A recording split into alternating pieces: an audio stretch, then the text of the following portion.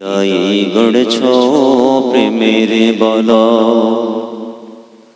হে রাসূল বুঝি নাই আমি রেখেছো বেঁধে মরে কোন সুতোয় জানি না গোপনে কেমন করে হৃদয়ে গড়ছো প্রেমের বলো আল্লাহুম্মা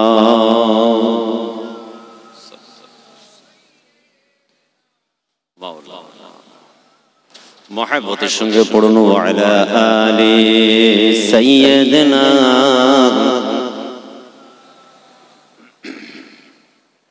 স্বার্থবিহীন ছিলে চিরদিন স্বার্থবিহীন ছিলে চিরদিন তুমি ইনসাফের প্রতীক স্বার্থবিহীন ছিলে চিরদিন স্বার্থবিহীন ছিলে চিরদিন তুমি ইনসাফের প্রতীক কুল আলমের শ্রেষ্ঠ নিয়ামত কুল আলমের শ্রেষ্ঠ নিয়ামত তুমি যে প্রাণের অধীর হে রাসূল বুঝি নাই আমি রেখেছো বেঁধে মরে কোন সুতোয় জানি না গোপনে কেমন করে হৃদয়ে গড়ছো প্রেমের বলো আল্লাহুম্মা সাইয়্যিদিনা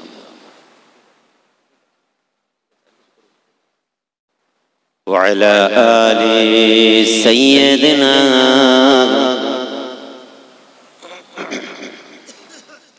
তুমি প্রিয়তম আমেনানন্দন কুল মুসলিমের হৃদয় স্পন্দন তুমি প্রিয়তম আমেনানন্দন কুল মুসলিমের হৃদয় স্পন্দন তুমি বিনে সবই অন্ধকার থাকিতে দেখে প্রাণ তোমারি সম্মান থাকিতে দেখে প্রাণ তোমারি সম্মান দেব না লোটাতে ধুলোই হে রাসূল বুঝি নাই আমি রেখেছো বেঁধে মরে কোন সুতোয় জানি না গোপনে কেমন করে হৃদয়ে গড়ছো প্রেমের বলো আল্লাহুম্মা সাল্লি আলা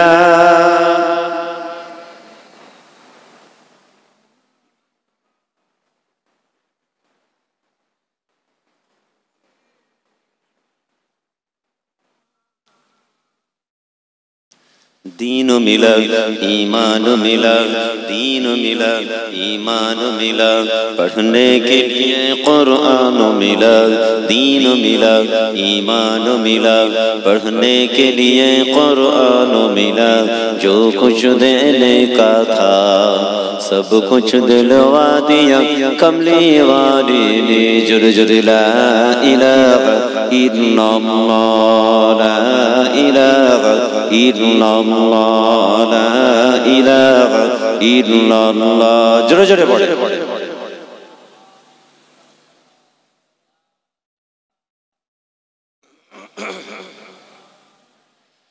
जोरे जोरे पढ़े ला इलाहा इल्लल्लाह ला इलाहा इल्लल्लाह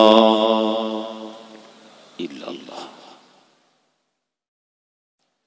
इल्लल्लाह ला इलाहा इल्लल्लाह मुहम्मदुर रसूलुल्लाह हस्बी रब्बी जल्लल्लाह मा फी क़ल्बी गैरुल्लाह حسبي ربي جل الله ما في قلبي غير الله نور محمد صلى الله حق لا إله إلا الله لا إله إلا الله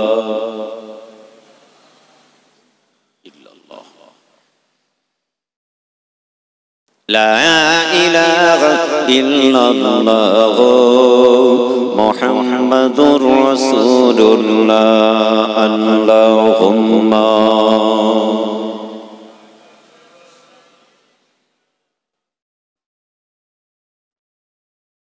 وعلى آل سيدنا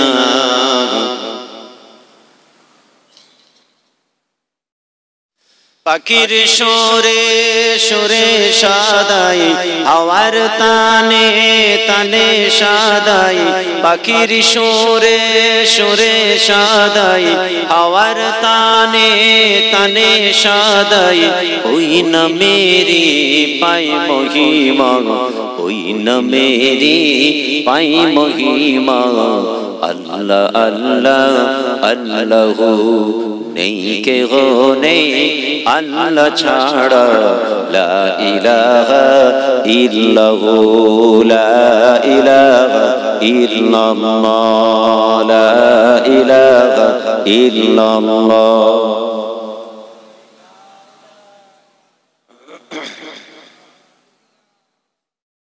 আল্লাহুম্মা সাল্লি আলা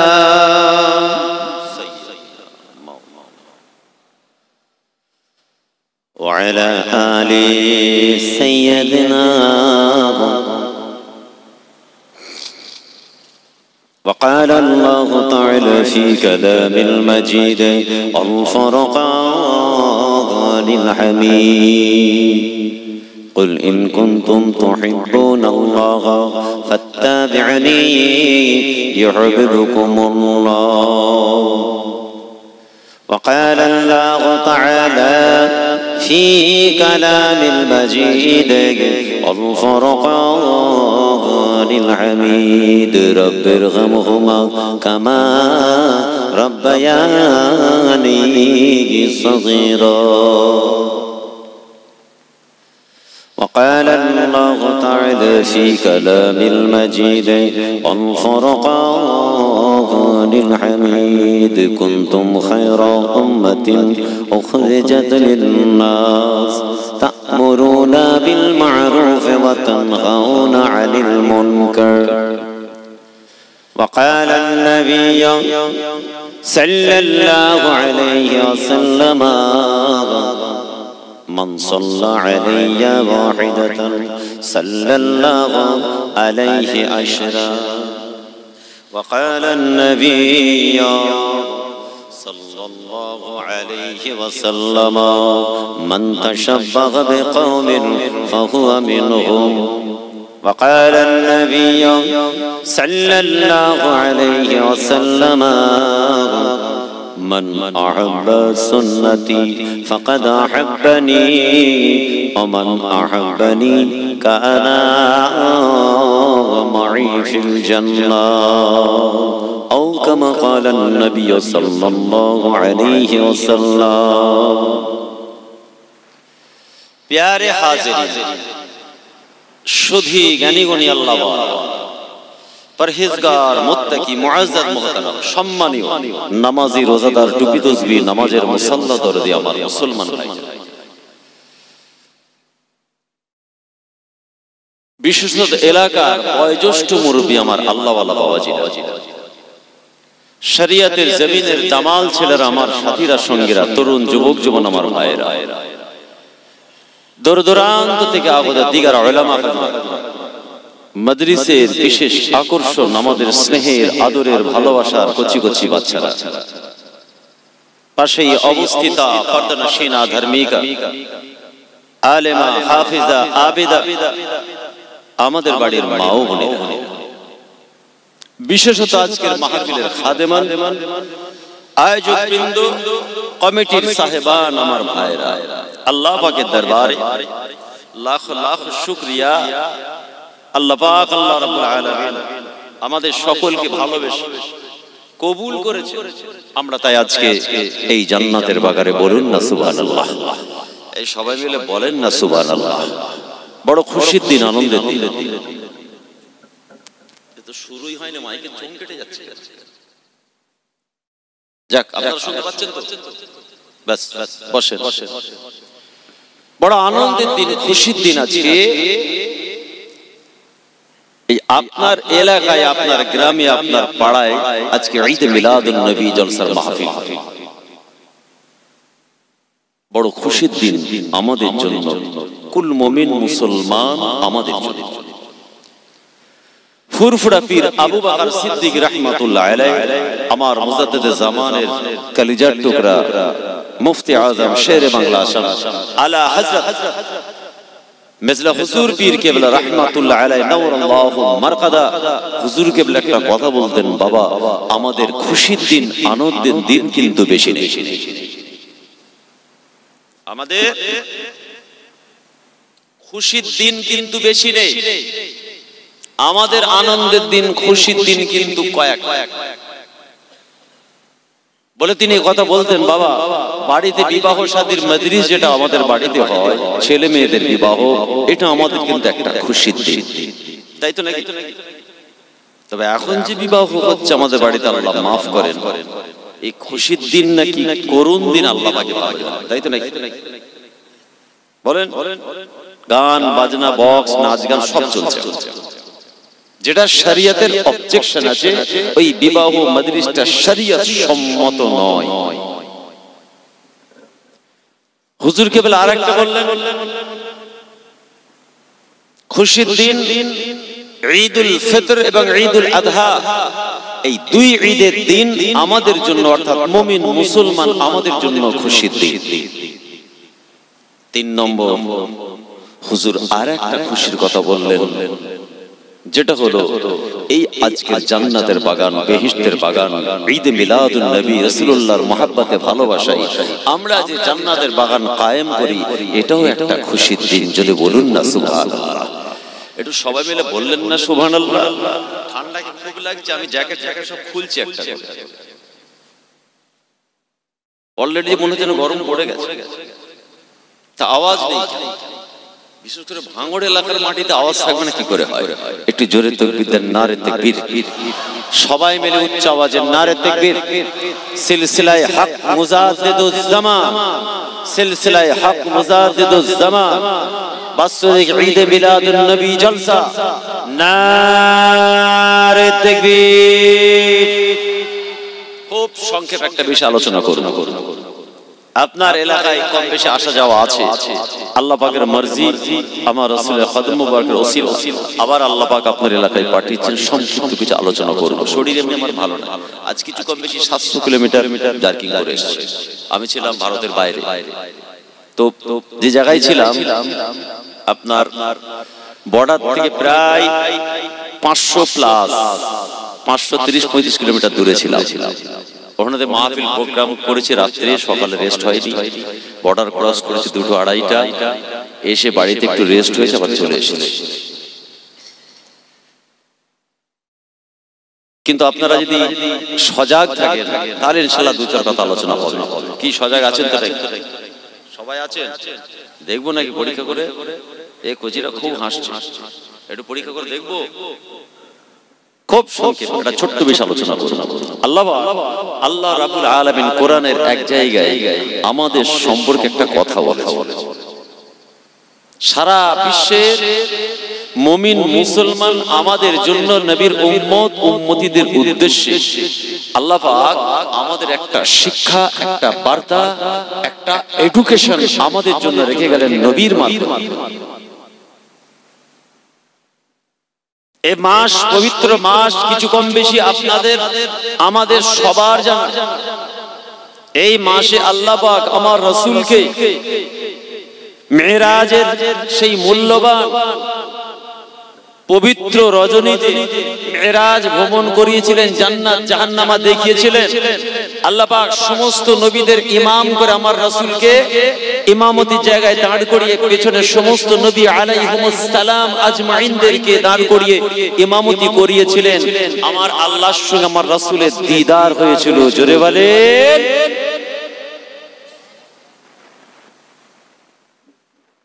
তো আল্লাহ পাক এই মেরাজ থেকে ঘুরে এসে সাহাবাদের সঙ্গে কিছু আলোচনা করেছিলেন। এই রাতটা সম্পর্কে অনেক আলোচনা এসেছে, আপনাদের অনেক জ্ঞান অর্জন হয়েছে। যেটা বলা হচ্ছে কুফারে মুশরিকরা যারা আমার নবীর উপরে ঈমান আনেনি, আল্লাহকে আল্লাহ বলে মানেনি, তারা বলেছিল এসব গল্প কাহাওয়াত কাহিনী। এটা আবার সম্ভব? হ্যাঁ সম্ভব। যখন আল্লাহ পাক আমার রাসূলকে উর্দু গমনে নিয়ে যাচ্ছেন, তার আগে জিবরিল ফেরেশতা এসে যখন আমার রাসূলকে সংবাদ দিলেন এবং বার্তা দিলেন আল্লাহ পাক আপনার দিদার চান, বুরাকের উপরে করে আপনাকে নিয়ে যাওয়া হবে।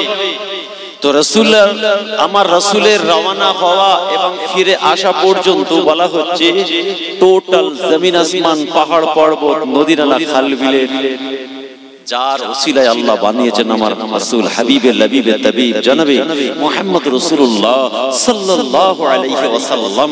বলুন না সাল্লাল্লাহু আলাইহি ওয়াসাল্লাম। আমার আল্লাহ আমার রাসূলের সঙ্গে দিদার করবেন।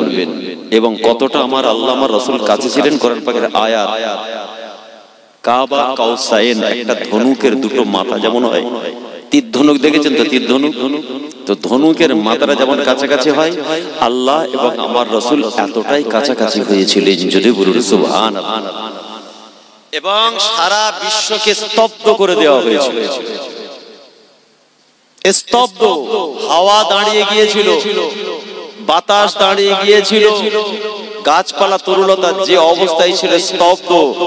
আমার রাসূল যখন ফিরে এলেন বিছানায়, তখনও কিন্তু বিছানাটাও গরম ছিল। তার মানে ওই রাসূলুল্লাহর যাওয়ার পর থেকে সারা বিশ্বকে আল্লাহ স্তব্ধ করে দিয়েছিলেন। কেন? এটা হচ্ছে আমার রাসূলের শান, মার্তাবা, আহমিয়াত। বলুন সুবহানাল্লাহ।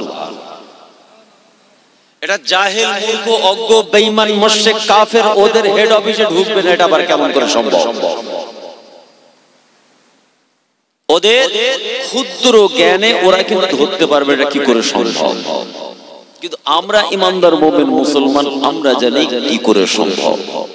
আল্লাহর নবী এসে সাহাবাদের সামনে কয়েকটা কথা বলেছিলেন, এই আলোচনাটা করব। শুনছেন কি বললেন? মেরাজ থেকে ফিরে এসে জান্নাত জাহান্নাম দেখে এই আলোচনাটা করব। আর কোরআন পাকের একটা আয়াত আলোচনা করব। তিনি আমাদের কাছে এসেছিলেন কি বার্তা? নবী আমাদের ভালোবাসার নবী, দয়ার নবী, মায়ার নবী, মানবতার দিশারি, হাবিবে লবিবে তাবিব। তিনি আমাদেরকে 63 বছরের জিন্দেগিতে কি শিক্ষা দিয়ে গেলেন, আর কপাল ফাটা নবীর উম্মত উম্মতি আমরা কি নিতে পেরেছি, এটা আজকে আমাদের জিজ্ঞাসা। আজকের এই জিনিসের বাগান আমাদেরকে সে বার্তাই দিতে ডাক দিয়েছে। তোমরা এসো, বসো, একটু আয়না নিজেকে একবার দেখো, একবার এসো, বসো। জান্নাতের বাগান তোমাদের জন্য কি বার্তা দেয় এটা শোনো, আর লুকিং গ্লাসে নিজের চেহারাটা দেখো, পেছনটা দেখে একটু অ্যানালাইসিস করো। এই জন্যই আমরা বসেছি। খিচুড়ি হয়েছে কি চিকেন, বিরিয়ানি হয়েছে কি চিকেন, স্পেশাল কিছু রান্না হয়েছে, ওটা আমাদের মাকসুদ নয়। ওটা দিলেও এসেছি, না দিলেও আসবো, তাই তো নাকি? এটা আমাদের মাকসুদ আসল। প্যাকেটটা আমাদের মাকসুদ। যদি হ্যাঁ ওই প্যাকেটের সঙ্গে আরেকটা প্যাকেট আনতে পারে, ওই প্যাকেটে যদি আলোচনাগুলো আমরা নিয়ে যেতে পারি, বক্তা যেটা স্পিচ থ্রো করবেন, তাকরীর করনে ওয়ালা যে তাকরীরটা করবেন, ওয়াইজ যে ওয়াজটা নসিহতটা করবেন, কোরআন হাদিস শরীয়তের আলোচনাগুলো যদি আমরা ওই প্যাকেটটাই নিয়ে বাড়ি ফিরতে পারি, তাহলে জিন্দেগি পরিবর্তন হয়ে যাবে। বলুন সুবহানাল্লাহ, জোরে বলেন না সুবহানাল্লাহ। এই প্যাকেটটাই ভরসার কোনো মূল্য নেই। আল্লাহ করে গরিবের গরিবানা এই এক প্যাকেট বিরিয়ানি খাবার পয়সা আল্লাহ করে প্রত্যেকের বাড়িতে আছে, কথা ঠিক কিনা বলেন? জোরে বলেন, আছে না নেই? আলহামদুলিল্লাহ। তারপরেও ঠান্ডা রজনীতে কাজ কাম ফেলে, আরামের বিছানা ফেলে, মূল্যবান কাজ কাম ফেলে এসে বসে আছি। হুজুর ওই বিরিয়ানির প্যাকেট বা খিচুড়ির প্যাকেটের জন্য নয়, ওই প্যাকেটটাই নিয়ে গেলে কাজ। তাহলে আমি আমারটা অ্যানালাইসিস করি, আপনারা আপনারটা করুন, তাহলেই উভয় আমরা লাভবান। এই আয়োজক বৃন্দ যারা কায়েম করেছেন তারাও গর্বিত হবে যে আমাদের মেহনতটা সঠিক জায়গায়। বলুন না সুবহানাল্লাহ। আসুন, আল্লাহ পাক কোরআনে এক জায়গায় জানালেন যে আফা হাসিবতুম আন্নামা খালাকনাকুম আবাসাও ওয়া আন্নাকুম ইলাইনা লা তুরজাউন। বান্দা তোরা কি মনে করিস আমি আল্লাহ তোদেরকে শুধু শুধু বেকার বেকার আমার জমিনে পাঠিয়েছি? আমার কোনো মাকসুদ, আমার কোনো উদ্দেশ্য নয়, আমার কি কোনো চাওয়া পাওয়া নেই? আমি আল্লাহ কি বেকার বানালাম? তোদের কি মওত হবে না? সেই মওতের পরে কি তোরা জিন্দা হয়ে পুনরায় আমার কাছে ফিরে আসবি না? কি এটা আমাদের ঈমান তো নাকি আমরা আবার জিন্দা হব? কি সবাই একমত তো নাকি? হ্যাঁ, কিন্তু সবাই বলে বিপদ হয়ে যাবে, ঈমানের খাতরা হয়ে যাবে। এটা আমাদের ঈমান। আমরা মওতের পরে আবার ইনশাআল্লাহ জিন্দা হব।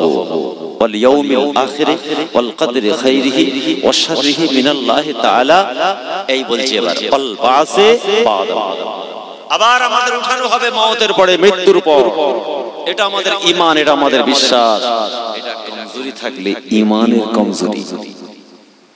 আল্লাহ পাক বলছেন ওয়া আন্নাকুম ইলাইনা লা তুরজাউন, তোমরা যে পুনরায় আমার কাছে ফিরে আসবে, তোমাদের যে ওঠানো হবে, এটা কি তোমাদের স্মরণে নাই? তোমরা কি মনে করো বেকার বানিয়েছি? জি না সাহেব, আল্লাহ আমাদের বেকার বানান। তাহলে আল্লাহ আমাদের জীবজন্তুর, পশু পক্ষী, কীড়া মাকড়া, জীবজন্তুর, পাখি করে বানাতে পারতেন। আশরাফুল মাখলুকাত, মানব জাতির সেরা মানব, এত সম্মান দিয়ে আল্লাহ আমাদের পাঠালেন সৃষ্টি সেরা করে, বেকার বেকার কিন্তু বানায়। इसके पीछे राज है, রহস্য আছে। ইল্লা লিয়াবুদুন, আল্লাহই জবাব দিচ্ছেন কেন বানিয়েছি তোমাদেরকে এবং জিন সম্প্রদায়কে। ওমা খালাকতুল জিন্না ওয়াল ইনসা, আল্লাহ পাক নিজেই কোরআনে তার জবাব দিয়েছেন কেন সৃষ্টি করেছি তোমাদের। ইল্লা লিয়াবুদুন, একমাত্র কার ইবাদত করার জন্য। বলেন বলেন, জোরে বলেন, জোরে জোরে বলেন। আপনাদের মুখে কেন বলালাম? আমরা ইবাদত কিন্তু আল্লাহর করি না, তার দেওয়া রিজিক খাই, তার দেওয়া জমিন ব্যবহার করি, তার দেওয়া শ্বাস প্রশ্বাস ব্যবস্থা ব্যবহার করি, তার দেওয়া হায়াত নিয়ে বেঁচে থাকি। জি, তার প্রোটেকশনে আমরা নিজেদের প্রোটেকশন দিই, তার দয়ায় মায়ায় ভালোবাসায় আমরা আমাদের ফ্যামিলির প্রোটেকশন দিয়েছি তার দয়ায়। ইন্নাল্লাহা ইয়ারযুকু মান ইয়াশা বিগাইরি হিসাব। বান্দা, আমি আল্লাহ যাকে মনে করব খুশি তাকেই রিজিক দেব, সবাইকে নয়। তবে হ্যাঁ, যাকে দেব এত রিজিক দেব হিসাব করে আমরা পাবো না। একবার সুবহানাল্লাহ বললেন। জমিন কার? আল্লাহ। ওয়াল আরদা ফারাশনাহা ফানি'মাল মাহিদুন, আমি আল্লাহ তোর জন্য জমিনটাকে সুন্দর একটা বিছানা করে বানিয়ে দিয়েছি। বলুন না সুবহানাল্লাহ। তার সব ব্যবস্থা আল্লাহ করেছে, সবই আল্লাহ আমাদের জন্য করেছে, সব রকম ব্যবস্থা করেছে। চিন্তা মুক্ত জমিনে আমরা ঘুরছি তার দয়ায়। আমার প্রোটেকশন, আমার ফ্যামিলি, আমার আত্মীয় স্বজন, বন্ধু বান্ধব, স্ট্রেঞ্জার, সবার টোটাল টিম প্রোটেকশন দিয়েছেন আল্লাহ। তাহলে খোদার দেওয়া প্রোটেকশনে নিজেদের প্রোটেকশন নিয়ে ঘুরছি। বান্দা, অহংকার যেন করিস না, পা যেন আমার জমিনে ঠকিস না। সব কিন্তু করণীয় তোদের একটা আছে, সেটা তোরা কর। বলুন, করণীয় যেটা তো কর। কি কাজ আছে আমাদের? বলুন, আমাদের কি কাজ দিয়েছেন আল্লাহ? কোরআনে আল্লাহ আগেই বলেছেন লা ইকরাহা ফিদ্দীন, আমি কিন্তু এই দ্বীন ইসলামটা তোমাদের জন্য বার্ডেন, বোঝা করিনি। তোমাদের দয়া, তোমাদের মায়া, তোমাদের পরহেজগারিতা, তোমাদের নম্রতা, আমার কাছে তোমরা আরো কাছাকাছি হয়ে যাবে, আমার নৈকট্য লাভ করবে। ইন্না আকরামাকুম ইনদাল্লাহ আতকাকুম। সুবহানাল্লাহ বলেন। যারা সবথেকে বেশি পরহেজগারি, আল্লাহর কাছে সে সবথেকে বেশি প্রিয়। তাহলে সব যখন আল্লাহ ব্যবস্থা করেছেন, অফি আয়াতিন উখরা ওয়াল্লাযিনা ইয়াবিতুনা লিরাব্বিহিম সুজদাও ওয়া কিয়ামা, বান্দা শুনে রাখ, আমার বন্ধু যারা তারা কি করে, রাত্রে ঘুমায় না, পরে সর্বনাশ করতে গিয়ে রাতটা কাটায় না, রাতের অন্ধকারে মানুষের প্রতি অত্যাচার অবিচারের পাহাড় চাপিয়ে দেয় না, রাতের অন্ধকারে তারা কবিরা গুনাহে নিমজ্জিত হয় না, রাতের গভীরে তারা খোদা ছাড়া অন্য কারো কাছে সাজদা করে না, তারা আমার মাহবুব দোস্ত ইবাদুর রহমান যারা তারা রাতটা কেমন করে কাটায়, লিরাব্বিহিম নিজের প্রভু আল্লাহর জন্য সুজদা ওয়া কিয়ামা, সাজদা করে করে দাঁড়িয়ে দাঁড়িয়ে মানে নামাজ পড়ে পড়ে রাতটা কাটিয়ে দেয়, তারা হলো আমার দোস্ত, আমার বন্ধু। জোরে বলুন সুবহানাল্লাহ। আমার আল্লাহ আবার জানালেন, এ মুসলমান, বেকার বেকার শুধু শুধু আমার আল্লাহ এই সুন্দর পৃথিবীর জমিনে আপনাকে আমাকে সুন্দর হায়াত দিয়ে রিজিকের ব্যবস্থা করে আপনাকে আমাকে আল্লাহ পাঠাননি, কেন পাঠিয়েছেন? আমার আল্লাহ নিজেই কোরআনে জবাব দিয়েছেন, ইল্লা লিয়াবুদুন, একমাত্র আমি আল্লাহ আমার ইবাদত করার জন্য। কিন্তু আমার বন্ধু কারা? আমি আল্লাহ আমার দোস্ত কারা? الذين يمشون على الأرض حونا وإذا خاطبهم الجاهلون قالوا سلاما, আমার দোস্ত যারা, আমার মাহবুব বান্দা যারা, الذين يمشون على الأرض حونا, আমার জমিনে তারা উপভোগ করবে, আমার জমিন আমার দেওয়া নিয়ামত খাবে, আমার জমিনে তারা বিচরণ করবে, হালাল হারাম ন্যায় অন্যায় সত্য মিথ্যা নীতি আদর্শের উপরে মজবুত থাকবে, হক নাকি হক বলবে, মিথ্যা নাকি মিথ্যা বলবে, সত্য সত্য মিথ্যা মিথ্যা বলে আমার আইনের বাউন্ডারি তারা ক্রস করবে না।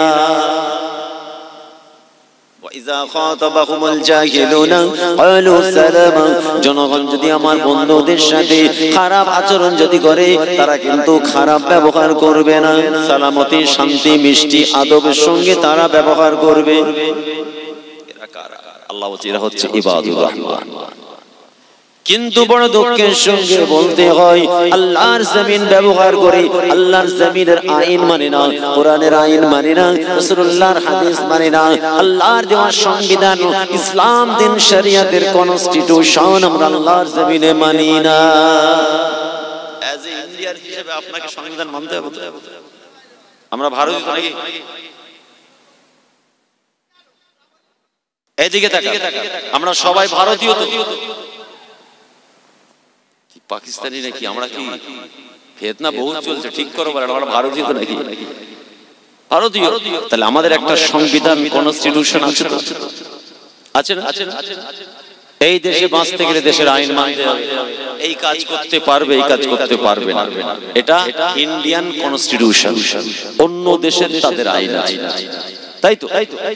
ভারত ছাড়া অন্য দেশে তাদেরও কনস্টিটিউশন আছে, কিন্তু অ্যাজ এ ইন্ডিয়ান হিসেবে আমরা আমার দেশকে অ্যাপ্রিসিয়েট করি, সম্মান করি, আমরা আমাদের দেশের কনস্টিটিউশন সংবিধান আমরা মানি। কিন্তু জানেন, ইমানদার মুমিন মুসলমান আমাদের দুটো কনস্টিটিউশন মানতে হয়। দোয়া করে দেবো, কাজ মিটে যাবে নাকি? বলেন আমরা কটা কনস্টিটিউশন মানে? সংবিধান আমাদের দুটো। বলে হুজুর নতুন কথা শুনে যান, নতুন কথা। একটা হচ্ছে দেশের আইন মানি, এর থেকে হাজার গুণ বেশি আমরা গুরুত্ব দিই শরীয়তের আইন। বলুন সুবহানাল্লাহ। সুবহানাল্লাহ বলেন। দেশের আইন যদি বলে তোদের নামাজ পড়তে হবে না, দেশের আঙুলকে আমরা বুড়ো আঙুল দেখব। কথা ঠিক না ভুল? বাস, দেশের আইন যদি বলে কাল যদি আইন পাস হয় মুসলমান তোমাদের নামাজ পড়া যাবে না, রেখে দাও তোমাদের সংবিধান, তোমাদের সংবিধান আমরা বুড়ো আঙুল দেখাই। নামাজ হচ্ছে ইমানদার মুমিন মুসলমান আমাদের ফরজ আইন, নামাজ আমরা ছাড়ব না। কিন্তু আমাদের যা ঈমানের তেজ, মসজিদ তো নিয়েই কি মাজারগুলো যাবে, কবরস্থানগুলো যাবে, খানকা যাবে, দরসগাহ যাবে, মাদ্রাসা যাবে, আমাদের পৈতৃক সম্পত্তি বাপ দাদার রেখে যাওয়া ওয়াকফ স্টেট ওটাও চলে যাবে। এর কারণ হচ্ছে একটা আমাদের ঈমানের তেজ, পাওয়ার অফ ঈমান। দেখছেন না দেশে কি ঘটছে? আমি তো একটু টাচ দিলাম। এর কারণ হচ্ছে আমরা আমাদের মানসিকতা, নীতি আদর্শ, আমাদের মেন্টালিটি, আমাদের জন্যই কিন্তু আজকে হাতছাড়া হতে যাচ্ছে। তো আমাদের সংবিধান কিন্তু দুটো মানতে হয়। যদি আপনি বলেন আমি হচ্ছে একজন ইমানদার মুমিন মুসলমান, আমি একজন সচেতন ভারতীয় নাগরিক এবং নবীর উম্মত বা উম্মতি, দুটো কনস্টিটিউশন মানতে হয়। দেশের আইন মানতে হয়, কোরআন হাদিস শরিয়ত ইসলামের আইন মানতে হয়, দুটো আইন।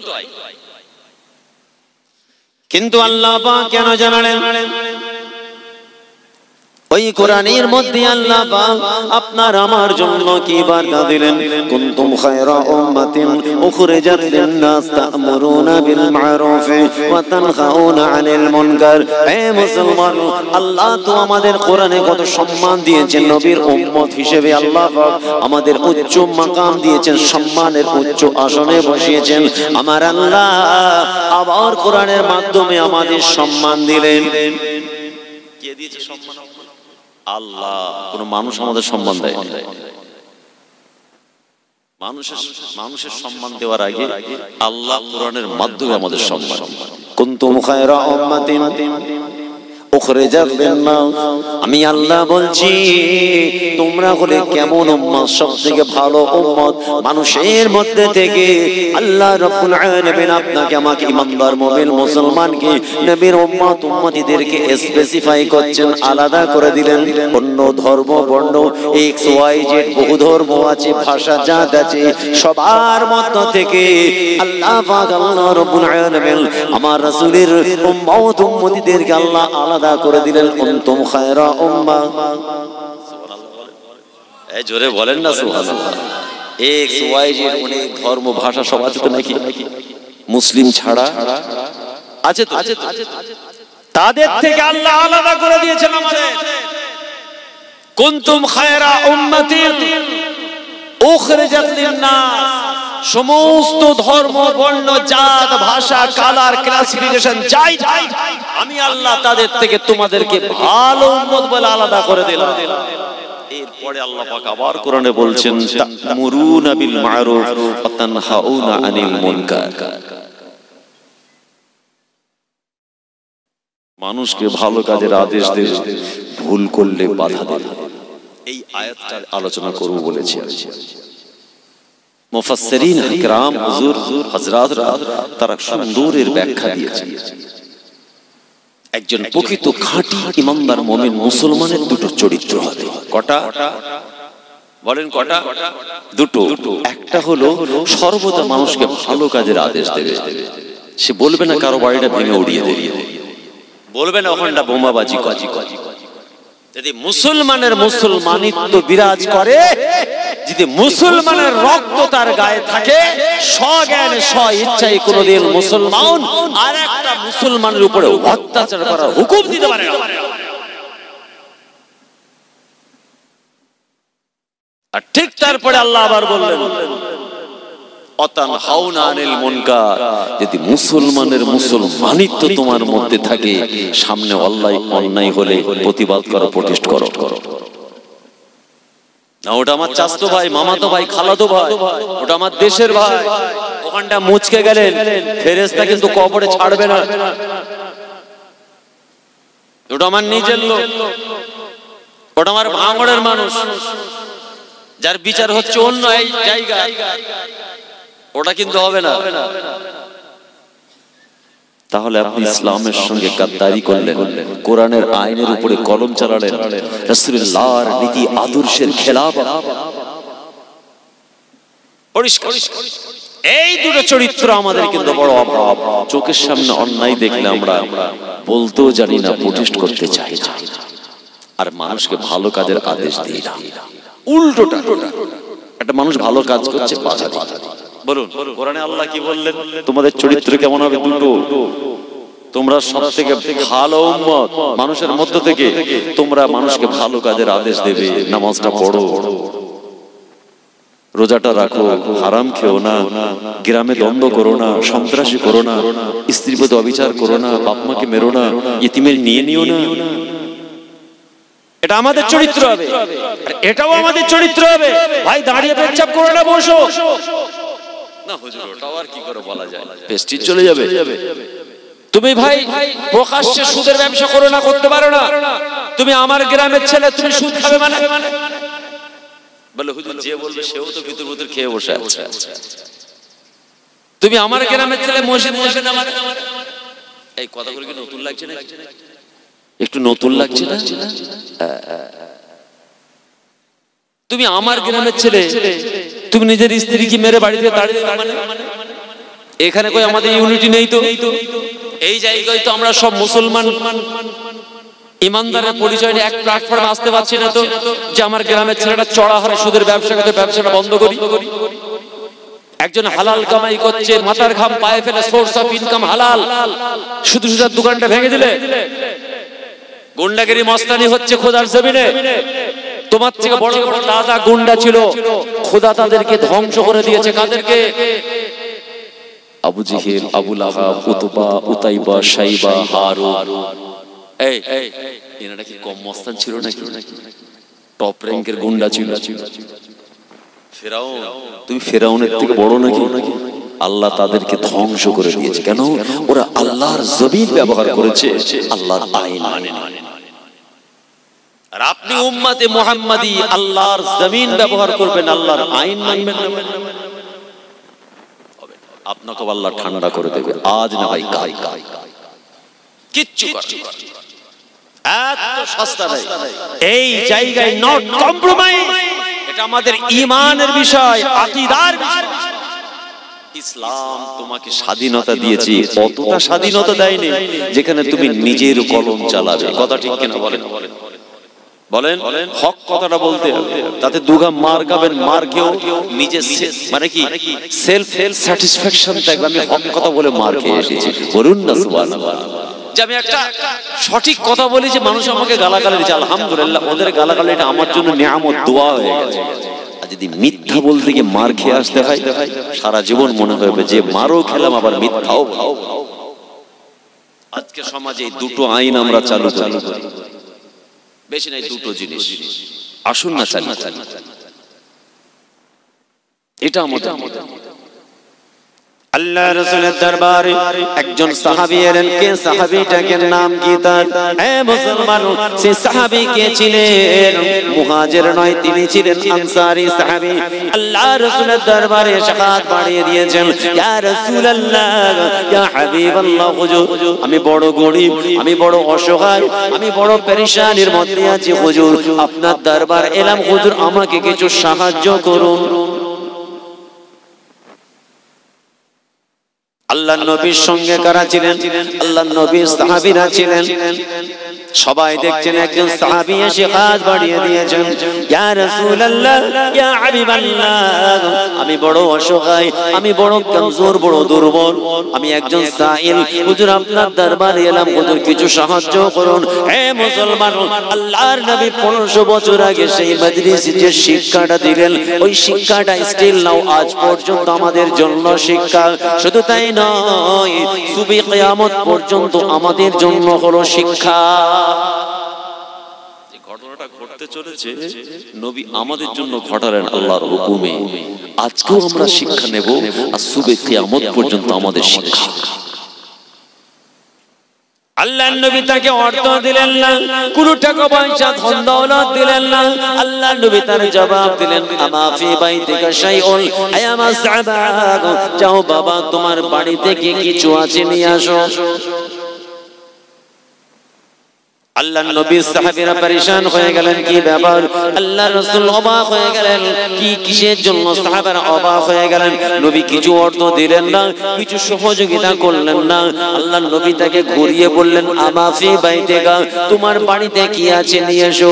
আল্লাহর রাসূলের সাহাবা বলেছিল, ফিদাকা আবি ওয়া উম্মি, ইয়া রাসূলুল্লাহ, ইয়া হাবিবাল্লাহ, হুজুর আমার বাড়িতে দেবার মতো কিছুই নাই, আনার মতো কিছুই নাই হুজুর, আমার বাড়িতে দুটো মাত্র জিনিস আছে হুজুর। সাহাবীরা অবাক হয়ে গেলেন, নবী তাকে সাহায্য দিলেন না। নবী বলছেন, তোমার বাড়িতে কি আছে? এই দেখবেন আমাদের গ্রামে গঞ্জে অনেক মহিলা আসে, বয়স্কা মহিলা, দেখবেন একটা কাগজ নিয়ে আসে, আসে না? কি আমার মেয়ের বিবাহ কি ছেলের বিবাহ, তাকে যুবক ছেলেরা কি করে বলুন তো, দেখি পেপারটা দেখি, কোন পঞ্চায়েত প্রধান, কত সালের স্টাম্প, ডিগ্রিটা কি আছে, এই পঞ্চায়েতটা কোন ডিস্ট্রিক্টে পড়েছে, তার ইন্টারভিউ নেওয়া শুরু করে দিই। তাই তো এই করি না করি না? আচ্ছা মা, তোমার মোট কতগুলো ছেলে মেয়ে বলো তো? তোমাকে আজ 10 বছর ধরে দেখছি তোমার খালি ছেলের বিয়ে মেয়ের বিয়ে। কারণ যারা প্রকৃত সাইল, যাদের প্রয়োজন হয়তো তারাই পাচ্ছে না। কেউ ভণ্ডমি করে, চিটিংবাজি করে, প্রতারণা করে, ভিক্ষার নামের ভিক্ষুকের পোশাক পরে আল্লাহর জমিনে চিটিংবাজি করে। তারা কিছু হাই স্ট্যান্ডার্ড চিটিংবাজ ভিক্ষুক আছে জানেন, বাড়ি থেকে বার হয় একদম পা থেকে মাথা দেখলে মনে হবে যেন কোনো কলেজের প্রফেসর, টাইফাই লাগিয়ে বার হচ্ছে। গ্রামের লোক বলছে কোথায় যাবে বাবা? এই অফিসে যাচ্ছি। কোন অফিসে কাজ করে কিন্তু কেউ জানে না, বাড়ির স্ত্রী পর্যন্ত জানে। বেরিয়ে গেল, ধরুন ভাঙড় থেকে বেরোলো, না বললাম ভাঙড়ে এসে আমাদের কথা, ফুরফুরা থেকে বেরোলো, ভাঙড়ে আসবে। ভাঙড়ে যখন আসবে না, আপনারা কি দেখবেন একজন ভিখারি এসেছে, তার জুতো ছেঁড়া, জামা ছেঁড়া, টুপি ছেঁড়া, সব ছেঁড়া। আর সেকেন্ড বিচ পা হারাবার পরে দেখবেন সে একটা অফিসার। গ্রামের লোক জানলো অফিসার, ভাঙড়ের মানুষ জানলো ভিখারি। বলুন একজন হাত পাতলে 10, 20, 50, 100 দিল তো? আমরা দিই তো? নেই, দেওয়ার হুকুম এসেছে। তাদের সঙ্গে খারাপ ব্যবহার করতে নিষেধ করা আছে। হ্যাঁ, এটা যে করলো সে ঠিক করলো না ভুল করলো? নবী এই শিক্ষা দিচ্ছেন মদিনার মসজিদে। সাহাবারা অবাক। ফাজিলাতুশ শুগুল, শ্রমের যে আহমিয়ত, গুরুত্ব, সেটা রাসূল আমাদেরকে শিক্ষা দিলেন। খেটে খাও, দালালি করে খেও না, 2 নম্বরি করে গিলে না, মানুষের প্রতি অত্যাচার করে খেও না, মানুষকে শান্তিতে বাঁচতে দাও। কারো কথাই কারো সর্বনাশ করে যেটা খাচ্ছে ওটা হচ্ছে ট্রিপল হারাম। শুকনো হারাম নয়, একদম ট্রিপল হারাম। আল্লাহর নবী শিক্ষা দিচ্ছেন সেই সমস্ত হারামখোরগুলোর জন্য। আল্লাহ শিক্ষা দিচ্ছেন যারা স্বজ্ঞানে স্বইচ্ছায় মানুষের প্রতি অত্যাচার করে, অবিচার করে, মেহনতি মানুষের গলায় পা দিয়ে কিছু কামাতে চায়, অসহায়ের কান্না যাদের কানে আওয়াজ যায় না, বাফারা মাহারাদের চিৎকার হাহাকার যাদের কানে আওয়াজ পৌঁছায় না, তাদের ট্রিটমেন্ট করছেন মদিনার মসজিদে আমার রাসূল। 1500 বছর আগে ট্রিটমেন্ট করে গেছেন, আমরা আসলে নিতে পারিনি। কারণটা কি? মুসলমানের জুব্বা খুলে দালালের জুব্বা পড়ে ঘুরছে। এই খারাপ লাগছে না? খারাপ লাগছে না তো? কিচ্ছু করেন না। আবু দাউদ শরীফের হাদিস বলছি, দাদুর গল্প বলছি না, ইনশাআল্লাহ সেই ফ্যামিলিতে বিলংস করি। আল্লাহ রাসূলকে সাহাবী বলেন, ইয়া রাসূলুল্লাহ, ইয়া হাবিবাল্লাহ, ফিদাকা আবি ওয়া উম্মি, আমার মা বাবা আপনার কদমে কুরবান হয়ে যান। হুজুর আমার বাড়িতে মাত্র 2টো জিনিস আছে। 2টো জিনিস আছে। একটা এরকম বড় পেয়ালা, কাবুল বড় পেয়ালা, আর একটা হচ্ছে হেলসুল মিন্স, অর্থ হলো একটা ছেঁড়া কম্বল বা কাঁথা। হুজুর এই 2টো জিনিস ছাড়া আমার বাড়িতে কিচ্ছু নেই। আচ্ছা আপনারা বলুন তো, আল্লাহর নবী কি বিশ্বাস করেননি? যেমন সাহাবী মিথ্যা কথা বলছে। আল্লাহ নবীকে চামড়ার চোখে দেখেছেন, আল্লাহ নবীর হাতে হাত দেওয়া মানুষ। এটা আমাদেরকে শিক্ষা দিচ্ছেন। ইয়া রাসূলুল্লাহ, ইয়া হাবিবাল্লাহ, হুজুর আমার বাড়িতে মাত্র 2টো জিনিস আছে। একটা হলো হেলসুন নালবাসু বা'দুহা ওয়া নাবসুতু বা'দুহা, ওই চাদরটা, ওই কম্বলটা অর্ধেকটা বিছানা করি হুজুর, আর অর্ধেকটা গায়ে চাপা দিই। ইয়া রাসূলুল্লাহ, ইয়া হাবিবাল্লাহ, আমি বড় গরীব, অন্য কোনো মাকসুদ নয় হুজুর। আর একটা জিনিস আছে, কাবুল নাশরাবুল মা, ওই বড় পেয়ালাটা দিয়ে হুজুর আমি পানি পান করি। আর আমার বাড়িতে আপনার দরবার শরীফে আনার মতো কিছুই নাই। আল্লাহ রাসূল কি বললেন? ইতিনি বিহিমা, যাও বাবা, আমি মুহাম্মদুর রাসূলুল্লাহ বলছি, যাও বাবা ওই 2টো জিনিস তোমার নবীর দরবারে নিয়ে এসো। সাহাবী বাড়িতে চলে গেলেন, 2টো দ্রব্য রাসূলুল্লাহর কদমে এসে রাখলেন। আল্লাহর নবী ওই সাহাবী দুটো জিনিস, ওই কাঁথা কম্বল এবং বড় পেয়ারাটা দেখাচ্ছেন। আয় আমার সাহাবারা, এই দুটো দ্রব্যের কত মূল্য দিয়ে তোমরা কিনতে চাও? আমি আব্দুল্লাহর বেটা নবী মুহাম্মদ এই দুটো জিনিস অর্থের বিনিময়ে বিক্রি করতে চাই, কত দিরহাম দিয়ে কিনতে চাও? পিছন দিক থেকে একজন সাহাবা আওয়াজ দিয়ে বলল, ফিদাকা আবি ওয়া উম্মি আনা আখাযুহুমা বিদিরহামিন। একজন সাহাবী বললেন, হুজুর আমি 1 দিরহাম দিয়ে আমি কিনবো। দিরহাম মানে ইন্ডিয়ান কারেন্সি 1 টাকা নয়, বা $1 নয়। সেই পিরিয়ডে রাসূলুল্লাহ জামানায় দিরহাম চলতো, দিরহাম একটা নির্দিষ্ট অর্থ। যাই হোক, আল্লাহর নবী বললেন, না 1 টাকায় বিক্রি হবে না। দেখুন কার জিনিস নবী বিক্রি করছে, তার থেকে অনুমতি নিলেন সাহাবী দুরাই বিক্রি করব না। তুমি ভিক্ষা করতে এসেছো, আমি ভিক্ষা দেব না। নবী ভিক্ষা দিচ্ছেন না, শিক্ষা দিচ্ছেন। ওই সাহাবীর মাধ্যমে কুল মুমিন মুমিনা আমাদেরকে রাসূল শিক্ষা দিচ্ছেন।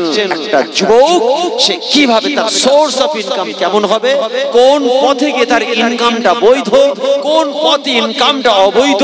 সে যদি অবৈধ পথে কামাই করে তাহলে অবৈধ কামাইয়ের অর্থ খেয়ে ইবাদত পর্যন্ত হবে না। এটা আমাদের হেড অফিসে ঢোকে না যে দালালি পয়সা খেয়ে নামাজ হবে না। টেবিলের তলা নিচু করে কারো প্রয়োজনায় পা দিয়ে কাউকে খুশি করতে গিয়ে কারো সর্বনাশ করে এর বিনিময়ে যে অর্থটা কামানো হয়, এটা বাসি নয়, টাটকা হারাম। এটা আমরা বুঝি না, কিন্তু 1500 বছর আগে রাসূল আমাদের শিক্ষা দিয়ে গেছেন, খবরদার। আর আমার নানা জান একটা কথা বলতে, আপনারা মনে হয় শুনেছেন, আমি এত বলেছি, এত মজলিসে বলেছি, এত সোশ্যাল মিডিয়ায় ঘুরেছি, আমার মনে হয় সবাই জানে। হুজুর বলতেন, বাবা মসজিদে ঢুকবে পরে আগে দাঁড়াও। আশিকে রাসূল আলা হযরত ছোট হুজুর পীর কেবলা রাহমাতুল্লাহ আলাইহি, জি বাপ কা বেটা, জি যোগ্য পীরের যোগ্য কলিজার টুকরা, চোখে চোখ রেখে কথা বলতেন।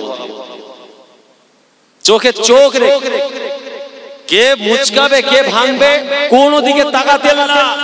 আল্লাহ করে যেরকম চেহারা ছিলেন, হয়তো যুবকরা অনেকে দেখেনি, মুরব্বীরা দেখেছে। কথাও বলতেন সাদামাটা বাংলা ভাষায়, চোখে চোখ রেখে কথা বলতেন। কার খারাপ লাগলো, কে রেগে গেল, পরোয়া করতেন না। 5 ওয়াক্তের নামাজের সময় মুরব্বীদের জিজ্ঞেস করতেন, ছোট হুজুরের নাতি এসে পেট গরমের গল্প করে গেল নাকি, মজলিস গরম করে চলে গেল। আজান দেবে একবারই বড় মামাজানের নাম থেকে শুরু করে আবু তাহের সিদ্দিকী হুজুর পীর মাদ্দাতুল আলী ছোট মামাজানের নাম ধরে ডাকতেন, বাবা নামাজ পড়তে এসে। একটা ইতিহাস দেখাতে পারবে এইভাবে টোটাল ফ্যামিলিকে ঘুম থেকে তুলে মসজিদে ডেকে নিয়ে গেছে? দেখা আজ তো অনেক বড় বড় বুজরুকি চলছে সোশ্যাল মিডিয়ায়, দেখছেন আপনারা। জি হ্যাঁ, বাপের বেটা 5 ওয়াক্তের নামাজে ঘরে থাকলে ডাকতেন না, হলে দরজায় গিয়ে লাথি মারতেন, চলো নামাজ পড়তে চলো। এমনি আশিক রাসূল হন না, ডিগ্রি পাওয়ার জন্য কি প্রক্সি চলছে, প্রক্সি। যে আমার আলেম হওয়া দরকার, আমার হুজুর হওয়া দরকার, আমার পীর হওয়া দরকার, বুঝলেন? আমল করতে হয়, জ্ঞানের গভীরে আসতে হয়। পয়সা দিয়ে আর দালালি করে সব জিনিস হয় না। কমপক্ষে আল্লাহর ওলি, যোগ্য পীর, যোগ্য মাশায়েখ, যোগ্য আলেম, যোগ্য মুফতি, যোগ্য ফকিহ ভণ্ডবি করে হওয়া যায় না। আর্টিফিশিয়াল জিনিস নয় এগুলো, এগুলো সাধারণ জিনিস, এগুলোকে অ্যাপ্রিশিয়েট করতে। এক দাঁত থেকে নাম ধরে ডাকতেন। আমি খুব বাচ্চা শিশু, আমার মনে আছে, আল্লাহকে সাক্ষী রেখে বলছে, আমার সেই ছোট বয়সে আমি আমার আম্মার কাছে জানতে চাইছিলাম যে নানা জান মাইকে কি খাবার দিবার জন্য ডাকে, কি জিনিসটা আমার কানে আসতো, কিছু একটা দেওয়া তো কি দেবেন উনি? আমার আম্মা হুজুর কেবলা কালিজার টুকরা মেজো মেয়ে বেলপাড়া সৈয়দিয়া দরবারে অসুস্থ, বয়স হয়েছে, আল্লাহ করে দোয়া করবেন আমার আম্মার জন্য। উনি হাসতে হাসতে বলতেন, না তোমার নানা জান নামাজ পড়ার জন্য মামাদেরকে ডাকছে, বলুন না সুবহানাল্লাহ। সেই রকম পীর পেয়েছি আমরা, আমাদের নসিব, ভাগ্য। কোন ভণ্ড পীরের মুরিদ নয়, কোন প্রক্সি দিয়া পীরের মুরিদ নয়, কোনো আর্টিফিশিয়াল পীরের মুরিদ আমরা নয়। জোরে বলেন সুবহানাল্লাহ।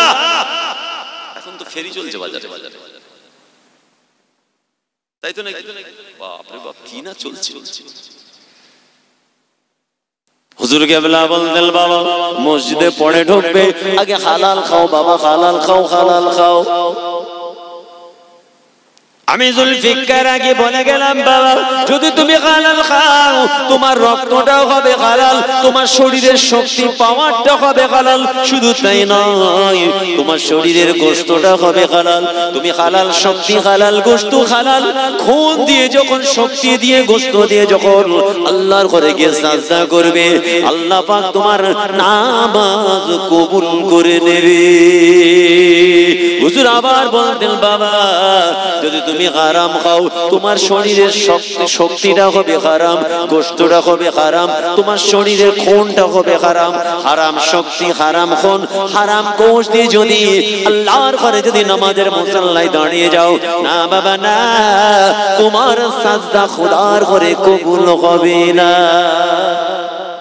তাহলে এই হারাম খোরের কেন হুঁশ নাই? দালালি করে খায়, মিথ্যা বলে খায়, ধোঁকাবাজি করে খায়, ওজনে কম দিয়ে খায়, মানুষের সর্বনাশ করে খায়, গীবত করে খায়, কারো জমি ছিনিয়ে নিয়ে খায়। না না না, কারণ হলো হারাম কোনটা, হালাল কোনটা আজও আমরা পার্থক্য করতে অক্ষম।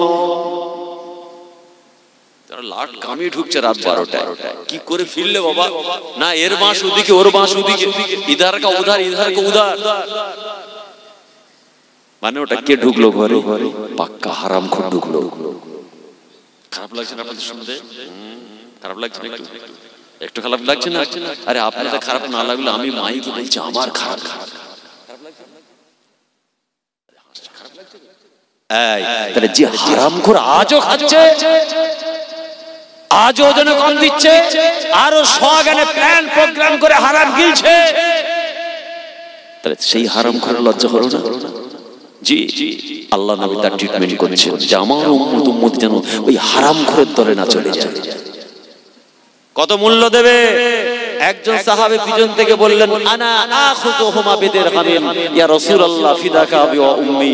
হুজুর আমি 1 দিরহাম দিয়ে কিনবো। আমার নবী বলছেন হবে না, মাইয়াজিদু আলা দিরহামিন, মাইয়াজিদু আলা দিরহামিন। সাহাবারা 1 দিরহামের বেশি মূল্য কে দেবে? পিছন থেকে আরেকজন সাহাবী বললেন, হুজুর আনা আখুযুহুমা বিদিরহামাইন। হুজুর আমি 2 দিরহাম দিয়ে কিনবো। আল্লাহ রাসূল তাকে দুটো দ্রব্য দিলেন, 2 দিরহাম নিলেন। নিয়ে কি করলেন? আমার যে গরীব সাহাবী হাত পেতেছিলেন সাইল, আমি ভাষাটা বলতে পারছি না, এই ভাষাটা বললে আপনাদেরকেও খারাপ লাগে, আমাকে বলতেই খারাপ লাগে। একটা বেখেয়ালি মুখ থেকে বেরিয়ে আলাদা কথা।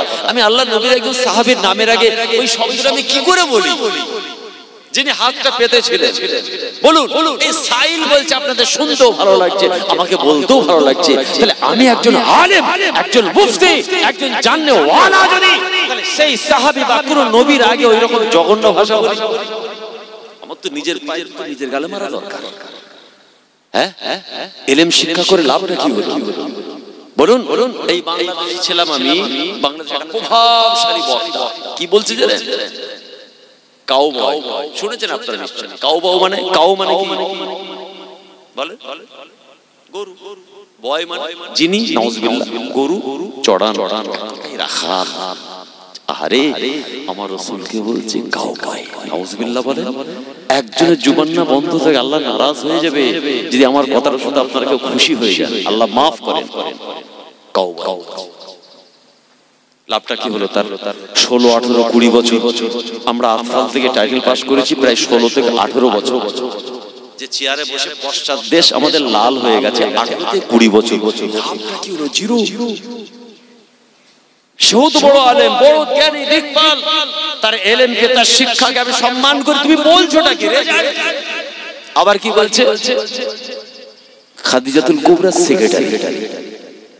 বলুন, যেন চাস্তো ভাই, মামাতো ভাই চায়ের দোকানে বসে রজনীগন্ধার প্যাকেট ছিঁড়ছে, বিমলের প্যাকেট ছিঁড়ছে, 2 বন্ধু মাজাক করছে চায়ের দোকানে বসে, মাচাই বসে, ক্লাব ঘরে বসে। আরে রাসূলুল্লাহ সালে সাহাবারা জোরে কথা বলেছে, আল্লাহর কুরআন নাজিল হয়ে গেছে, লা তারফাউ আসওয়াতাকুম ফাওকা সাউতিন নবী। হাবিব আপনি আপনার সামনে যারা আছে তাদেরকে বলে দিন, সামনে কারা ছিল সাহাবীদেরকে আল্লাহ পাক থ্রেটিং দিচ্ছেন, সাবধান বার্তা, খবরদার যেন জোরে জোরে আমার হাবিবের সামনে জোরে কথা না বলে। আমি আল্লাহ বলছি, তারা জোরে জোরে কথা বলছে আপনার কথার উপরে চাপা দিয়ে, যদি এইভাবে তারা কথা বলে তাদের কি হবে? আমি আল্লাহ যত আমল আছে ধ্বংস করে দেবো। কাদের? তারা কারা ছিলেন? নবীর হাতে হাত দেওয়া চামড়ার চোখে নবীকে দেখেছে, তাদের সামনে আল্লাহ বলছেন সাবধান। তুমি কোন ক্ষেতের মূলই? নবী রাসূল পয়গম্বর তাদের সামনে গুস্তাখিমূলক কথা জনগণের সামনে বলেন। আবার ওই প্রভাবশালী বক্তা আমি বাংলাদেশের বুকে ওদের বুকে পা দিয়ে বলে এলাম, ঝালিয়ে দিয়ে এলাম ওই বক্তাকে। বলুন। আবার বলছি হযরত আলী কাররামাল্লাহু শানে আবার একটা গুস্তাখিমূলক কথা বলে এসেছে। কি বলছে জানেন? যে আল্লাহর নবী সাহাবী হযরত আলী শরাব পান করে নাউজুবিল্লাহ বলে। আরে নাউজুবিল্লাহ বলেন আগে। নাউজুবিল্লাহ মাতলামি করছে নামাজের মুসাল্লায় দাঁড়িয়ে। একটা কোরআন পাকের আয়াত আছে, লাকুম দীনুকুম ওয়ালিয়া দীন। আল্লাহ বলছেন তোমাদের ধর্ম তোমাদের কাছে, আমাদের ধর্ম আমাদের কাছে। তাই তো? লা আ'বুদু মা তা'বুদুন, আমরা তার ইবাদত উপাসনা করি না, মা তা'বুদুন যার তোমরা উপাসনা করো। বলছে হযরত আলী কাররামাল্লাহু ওয়াজহু বলেছি ব্যঙ্গ করে রহস্য করে মাতলামি কথাটা বলে ফেলেছে। যে আমি ভুল বলি সোশ্যাল মিডিয়া দেখবেন, তাহলে কত বড় শিক্ষিত জাহেল, শিক্ষিত মূর্খ, একটা আঙ্গুরা ছাপ মূর্খ, এর একটা কোয়ালিটি। আর স্কুল কলেজ মাদ্রাসা ইউনিভার্সিটি পাস করে বড় ডিগ্রি করে যে ব্যবহারটা হলো ওর থেকে মূর্খ। শোনেননি নবী ইট পাথর পাটকেল কি শোনেননি? এগুলো কি? এই কথাগুলো ধরনগুলো কাদের বুঝতে পারছেন? কাদের সঙ্গে সুরটা মিলছে? আহারে সব চিনেছেন, নবী চেনেননি কপাল ফাটা নবীর উম্মত, কানা নামাজি, দুনিয়া বারবাদ আখিরাত বারবাদ। দুটোই বারবাদ। আদব শিখতে হবে। আল্লাহ পাক নবী সাহাবীদের আদব শেখাচ্ছেন। লা তারফাউ আসওয়াতাকুম ফাওকা সাউতিন নবী, কথার আওয়াজ যেন নবীর আওয়াজের নিচে হয়, নবীর আওয়াজের উপরে যেন না যায়, আমল বরবাদ করে দেবে আল্লাহ।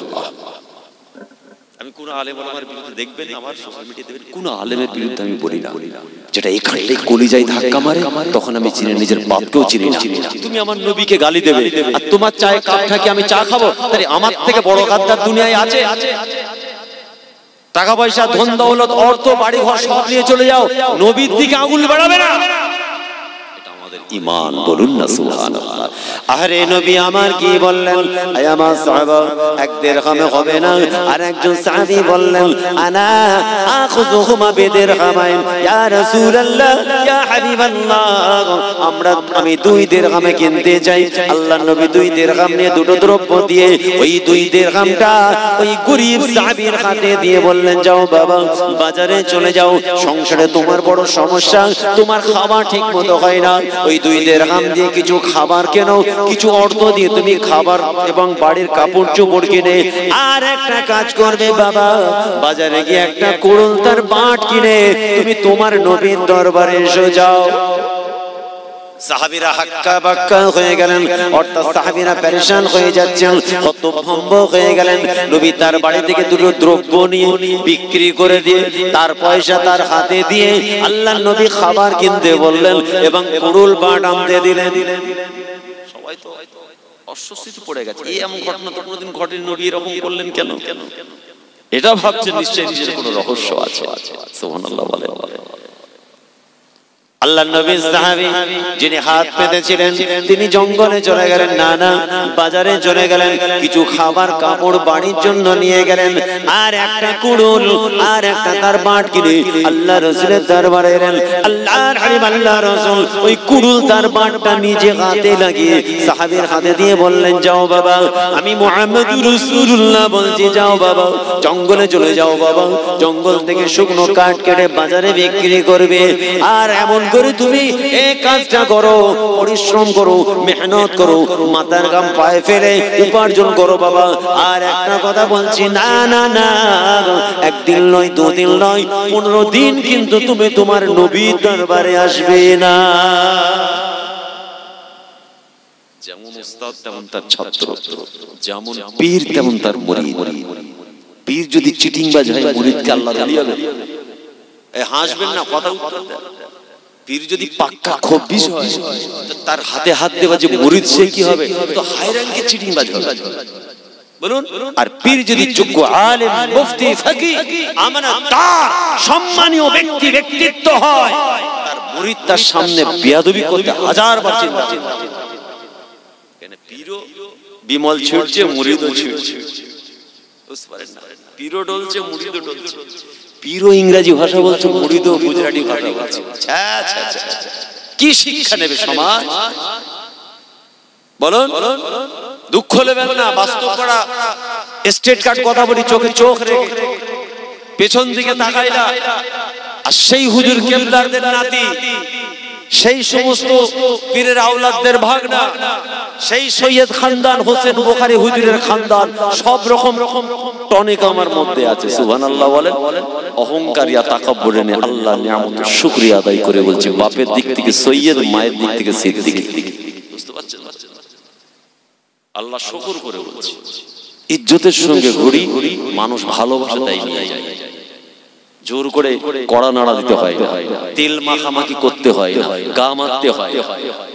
স্টেট আর মুরব্বীদের কথা, মাশায়েখদের কথা মেনে চলার চেষ্টা করি। আমার আব্বা হুজুর কেবলা এই নির্দেশ দিয়ে গেছে। আপনার ভাঙড় এলাকায় কিছু কম বেশি 38 থেকে 40 বছর ইমামতি ছিলেন ইমামে ঈদায়েন আল্লামা পীর শাইখুল হাদিস হুজুর হযরত সৈয়দ মাওলানা মুহাম্মদ আলহাজ গোলাম সরওয়ার হোসেন রাহমাতুল্লাহ আলাইহি নওরাল্লাহু বারাকাতা। 40 বছরের ইমাম, কারবালা ময়দানে। বুঝতে পারছেন? আমি জীবনে একবার নামাজ পড়তে এসেছি। এখন আমার আব্বা হুজুর কেবলা ছোট ভাই আল্লামা পীর সৈয়দ আমজাদ হোসেন সাহেব এখন পড়াচ্ছেন, বা আমার অন্যান্য চাচারাও পড়িয়েছেন। তো আমার আব্বা জানের কথা শুধু বলছি, কয়েক লক্ষ ছাত্র, সব শিক্ষক, মুহাদ্দিস, মুফাসসির, হাতে গড়া। অনেক কিছু কিছু কথা আমাদের শিক্ষা দিয়ে গেছে, সেগুলো মেনে চলার চেষ্টা করি, মানতে পারি, চেষ্টা করি। বাবা, নীতি আদর্শ হারাবে না, সব হারিয়ে যাবে। মুরব্বী যারা তাদের আদর্শ নীতি মেনে চলবে, এডাল ওডাল করবে, সাপে ব্যাঙে করবে। আজকে দেখেন সোশ্যাল মিডিয়া খোলেন একবার, আমরা তো জলসা মাহফিলের টাইমে ঢুকছি, স্টেজ থেকে নেমে ঘরে চলে আসি, যে দেরি করলে কত প্রশ্নের সম্মুখীন হতে হবে। একবার সাপে, একবার ব্যাঙে। দেখুন কিছু আলেম ওলামা কি করছে, উপরে দাদা হুজুর, ভিতরে দেখুন নীতি নেই। কিছু টাকার জন্য, কিছু অর্থের জন্য সম্মান কি পয়সা দিয়ে পাওয়া যায়? জিরা। কোরআন নিজের কাছে রেখেছে আল্লাহর কথা, অত ইজ্জু মান তাওয়াশা অত দিল্লু মান তাশা। এই ইজ্জতের জন্য, একটা জুব্বার জন্য মানুষ এত নিচু নামতে পারে। আজকে গালাগালি দিচ্ছে জানেন দাদা হুজুর কেবলার খুনেদেরকে। দাদা হুজুর পীর কেবলা রাহমাতুল্লাহ আলাইহির জুব্বা ধরে টানছে, নাউজুবিল্লাহ বলে, যেন মনে হচ্ছে জুব্বাটা খুলে পড়ে ফেলতে পারলেই হয়। সাধারণ মানুষ অনেকটাই বোঝে, এখন আরো বুঝছে। বুঝলে?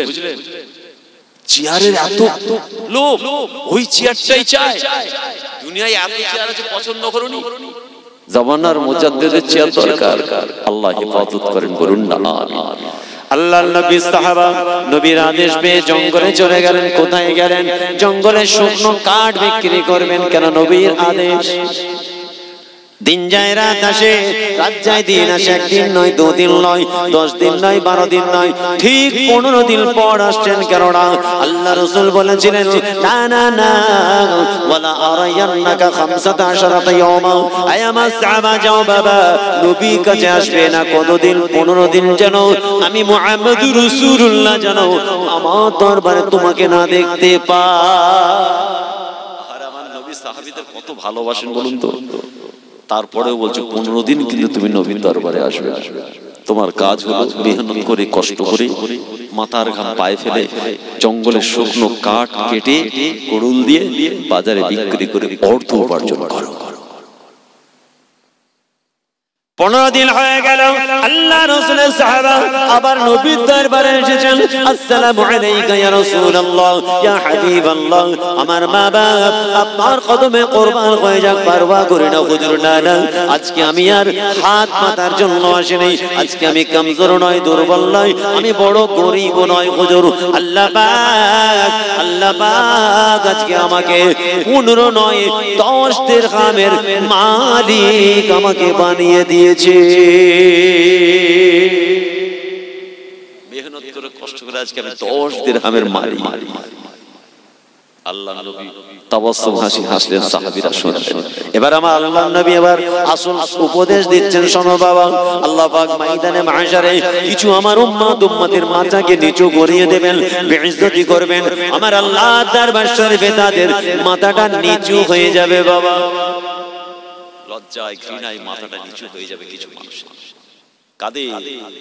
যাদের শক্তি থাকবে, ক্ষমতা থাকবে, চরিত্রের শিকার হয়ে যারা মানুষের কাছে হাত পাতবে, কর্ম খেটে খাবে না, মেহনত করবে না, কষ্ট করবে না, ইচ্ছা করে প্রতারণা করে মানুষকে ঠকিয়ে মানুষের কাছে অর্থ উপার্জন করবে।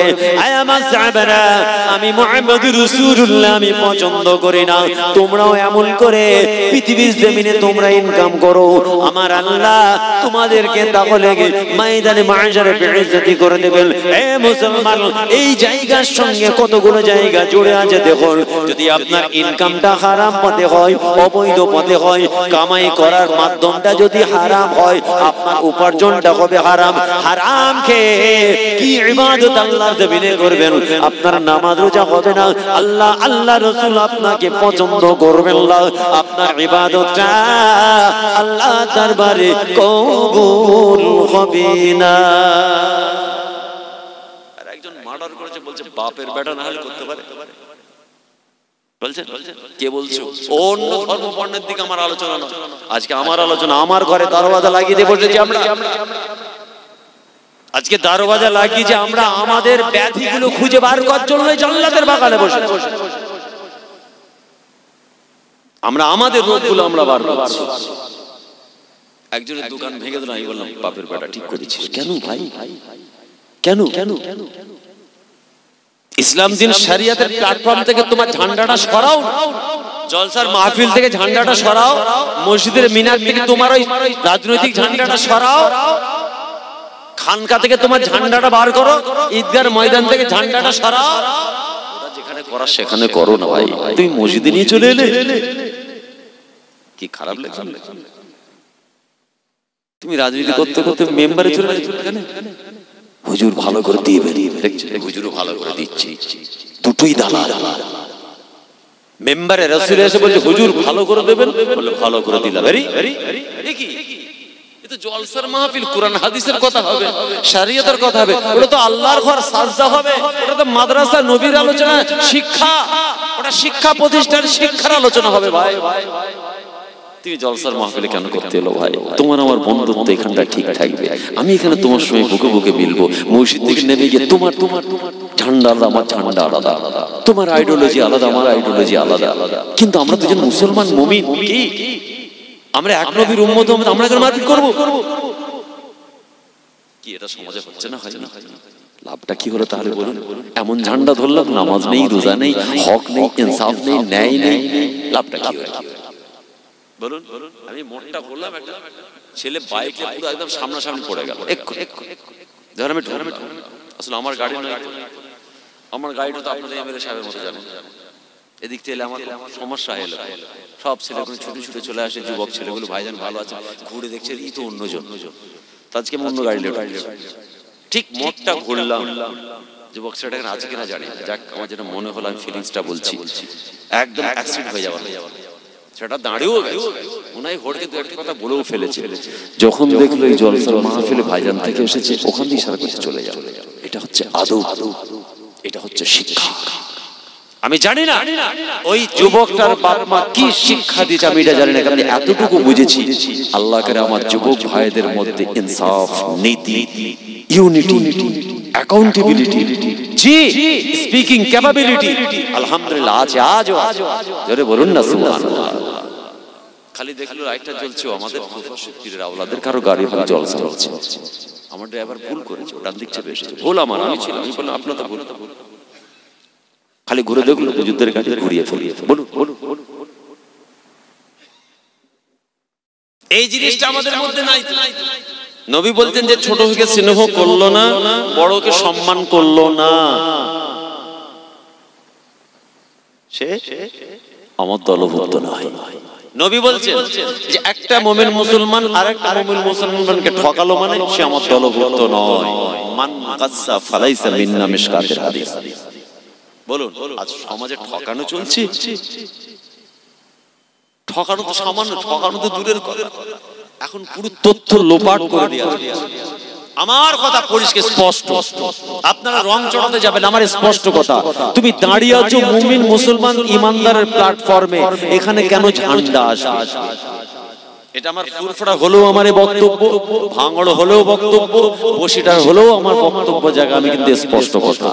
তুমি দাঁড়িয়ে আছো মসজিদে, তুমি জলসা কমিটির মেম্বার, তুমি খানকার মেম্বার, তুমি জেকের মাহফিলের মেম্বার, তুমি মাদ্রাসার শিক্ষক, বা তুমি মাদ্রাসার একটা প্রতিষ্ঠানে জড়িত আছো, ওখানে তুমি ঝান্ডালা ঢুকিয়ে দিলে, বলুন তাহলে এক্স ওয়াই জেড ওরা কি ভুল করছে? ওরা তো মাদ্রাসায় তুলে দেবে বলছে। বাপদারা যেখানে শুয়ে আছে, আমাদের মুরব্বী যারা শুয়ে আছে, কবরস্থানগুলো বুলডোজার চালিয়ে ভেঙে তোড়ে বিল্ডিং করে দেবে, নাহলে জানাজার নামাজ পড়তে গেলে পারমিশন নিতে হবে। তাই বললাম এগুলো আমাদের জন্য হচ্ছে, আমরা ঠিক নেই। আমার বাড়ির সামনে তিনতলা উঠলো, কি করে উঠলো এই নিয়ে চিন্তা আমার। ও তো আমার সঙ্গে একসঙ্গে ধুলো ময়লা মেখে এই বাচ্চার বয়সে একসঙ্গে কাঁধে ব্যাগলে স্কুল গিয়েছিলাম, দু ভাই একসঙ্গে স্কুল গেলাম। ওর বাড়িটা 4 তলা বিল্ডিং আর আমার টিনের ছাউনি। কারণটা আমি রোজ ঘর থেকে বার করে বিল্ডিংটা দেখি আর আমার একটা চট চট চট চট করে। এটাই তো প্রবলেম, যে আল্লাহ ওই ভাইটাকে দিয়েছে, আল্লাহ আপনাকেও দেবে। তাহলে ওই ভাইটার জন্য বিল্ডিং দেখুন আর দোয়া চান, আল্লাহ আমার ভাইটাকে দিয়েছেন, আল্লাহ হেফাজত করুন, হায়াত কিসমত দারাজ করুন, আল্লাহ ওই ছাদের উপরে আর একতলা করার তৌফিক দেন, বলুন না সুবহানাল্লাহ।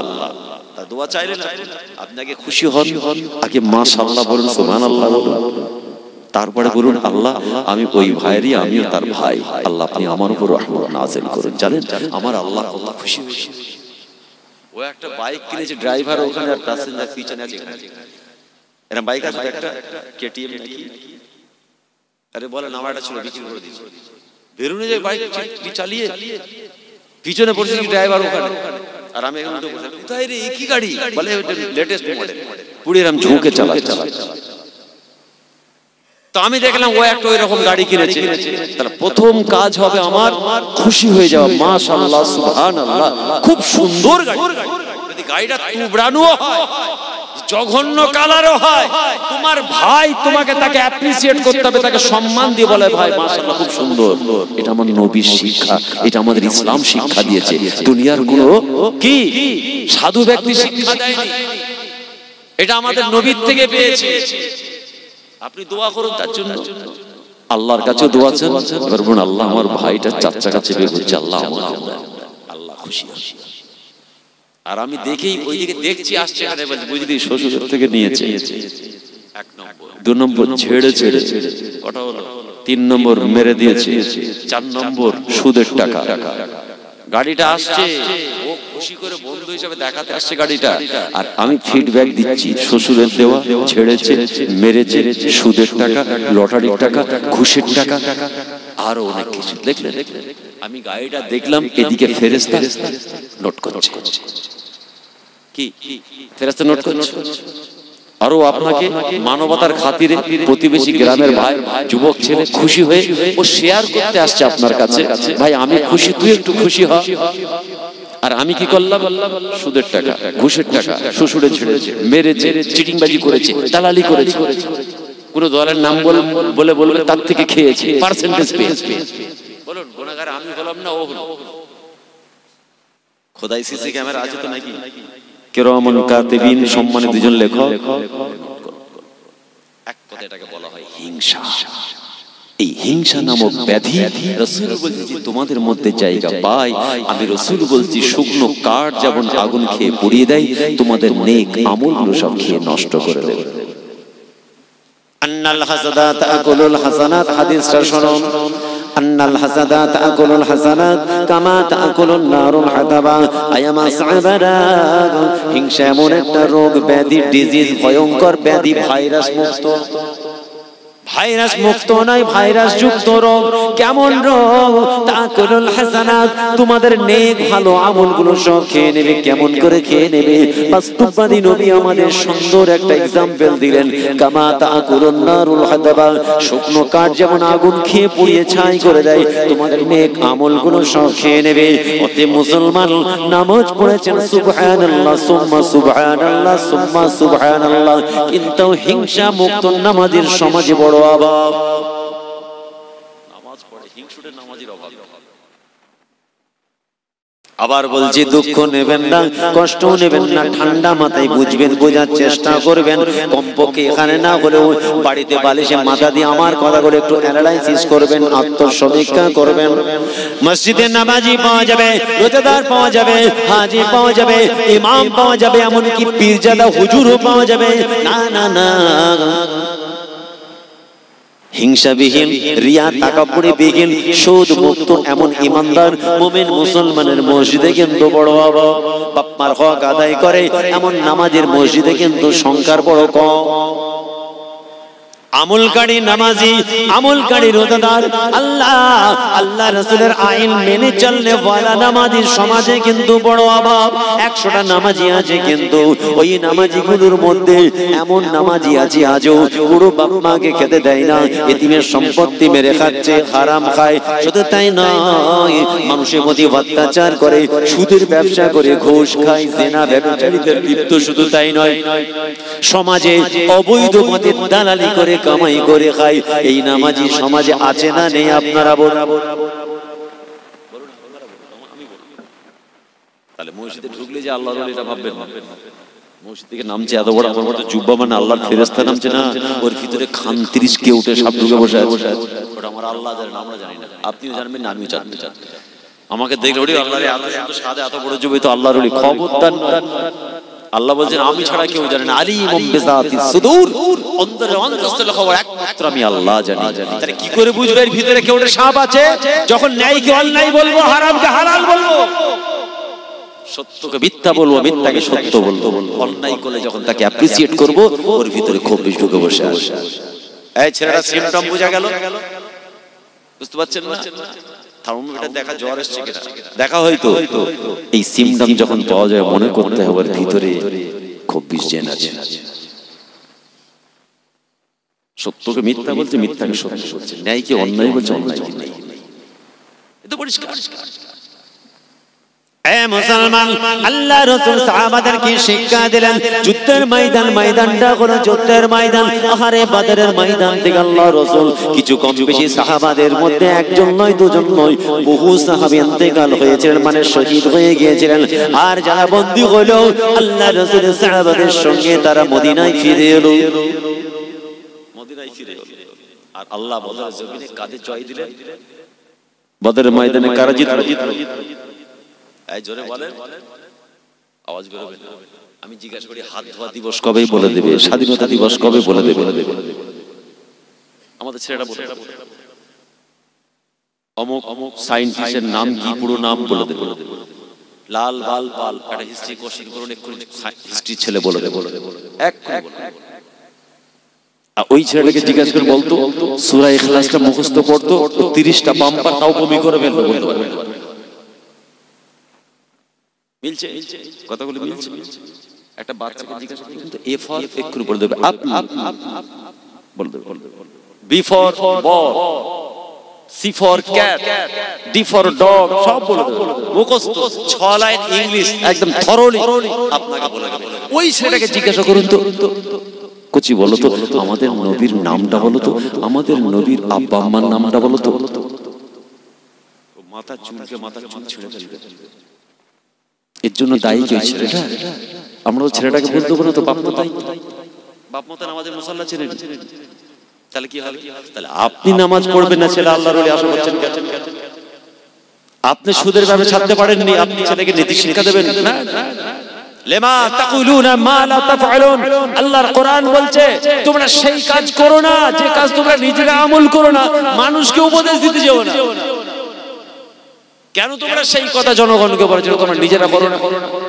তাহলে মা আপনি আগে নামাজের মুসাল্লায় দাঁড়ান, বোন আপনি আগে দাঁড়ান, তারপরে আপনি মেয়েকে বলবেন মা নামাজটা পড়, মা পর্দা রাখো, বাড়ি থেকে বার হও। বলুন আপনি নিজেই তো ঠিক কি করে বলুন? বাপ নিজে দাঁড়িয়ে পেচ্ছাপ করছে, ছেলে বসবে না?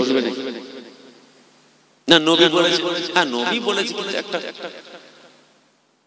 লা তাবুলু কায়মান লা তাবুলু ইলাল কাবা, কিবলার দিকে মুখ করে ইস্তেনজা করো না, দাঁড়িয়ে দাঁড়িয়ে পেচ্ছাপ করো না, এটা নবী বলেছেন। কই এখানে আপনি মানছেন না কেন? আর আপনি যখন মানছেন না, ছেলে কিন্তু আপনাকে ফলো করছে। সারা গ্রামের লোক যদি বলে এই দাঁড়িয়ে পেচ্ছাপ করিস না, বলবে সব কটা মিথ্যাবাদী। আমার ওই ভাইটা আপনাদের কাউকে বিশ্বাস করবে না, সবাইকে বলবে গুনার কাজ করা, বসে বসে পেচ্ছাপ করতে পারে, গুনার কাজ করে। আমি ছোট্ট থেকে আমি আমার বাপকে দেখেছি দাঁড়িয়ে পেচ্ছাপ করতে, বন্ডমি হচ্ছে, আমাকে ইসলাম শিখাতে এসেছো। কি উত্তর দেবে না? দেবে না। কারণ সব থেকে বেশি ছেলেটা তার বাপকে ফলো করেছে, আমার বোনটা তার মাকে ফলো করেছে। আজকে যদি আমরা নীতি শিক্ষার কথা বলি, আজকে যদি স্টেজে বসে কোরআন হাদিসের দলিল দিয়ে পর্দা ফরজ বলে ওয়াজ করে যায়, ওই বোনটা ওই মেয়েটা বলবে এই হুজুরটাও ভণ্ডামি শুরু করেছে। আমি আমার নিজের মায়ের কাছ থেকে পর্দা শিখেছি। আমার মা যে পোশাকটা পরতো 30% ঢাকা থাকতো, 70% উন্মুক্ত থাকতো। আমি তার মেয়ে, আমি ঠিক পর্দা পেয়েছি। এই সমাজ হয়ে গেছে উলঙ্গ, শরীর অনাবৃত্তি করে বার হওয়া, এটা আমি আমার মায়ের থেকে শিখেছি। আমার আব্বার সঙ্গে আমার মা যখন কথা বলতো 10টা বাংলা বলতো, 90টা ইংরেজি বলতো। তা আমি কেন বাংলা বলবো? আমিও ইংরেজি বলছি। এই ছেলেটা কথা বুঝে যাচ্ছে, হাসলে হবে না, বুঝে যাচ্ছে তাহলে ব্যাধিটা কোথায়? সমাজটা তো নোংরা হয়ে গেছে। একটু মেয়েরা পড়াশোনা করতে বাইরে থেকে বার হবে, ওরে বাপ রে বাপ, বলে সেই হুমবুড়ির মা। আমাদের মায়েরা ভয় দেখাতে হয়, হুমবুড়ির মা আসছে ছোটবেলায়, মনে আছে কি? বোরখাওয়ালা থেকে ভয় দেখাতেন, আমাকে ভয় দেখিয়েছে আমার মনে আছে, আমার নানি জান আশিক রাসূল ছোট হুজুর পীর কেবলা রাহমাতুল্লাহ আলাইহি কিছুদিন আগে ইন্তেকাল করলেন। আমাকে ভয় দেখাচ্ছেন, আমার মাকে বলে খেয়ে নাও, হুমবুড়ির মা আসছে। হুমবুড়ির মা মানে কি? কালো বোরকা পরে, দেখেছেন হাত পর্যন্ত ঢাকা, আর খালি এইটুকু দেখা যায়, বুঝছেন? আর এখন সেই বোরকা কোথায় গিয়ে পৌঁছেছে বলুন তো? 30%, আর ডিটেইলস যাচ্ছি 70% আউট। এত ইমানের তেজ, এতটাই আমাদের বাড়ির মা বোনেরা আলেমা, হাফেজা, আবেদা, পর্দা নশিনা হলো। ইমাম সাহেবকে বললো কত করে লাগবে বলেন? ইমাম সাহেব বললো হ্যাঁ এবারে 600 করে পড়ছে। 30টা মহিলা একসঙ্গে হয়ে গেল, ইমাম সাহেবকে 600 করে দিল।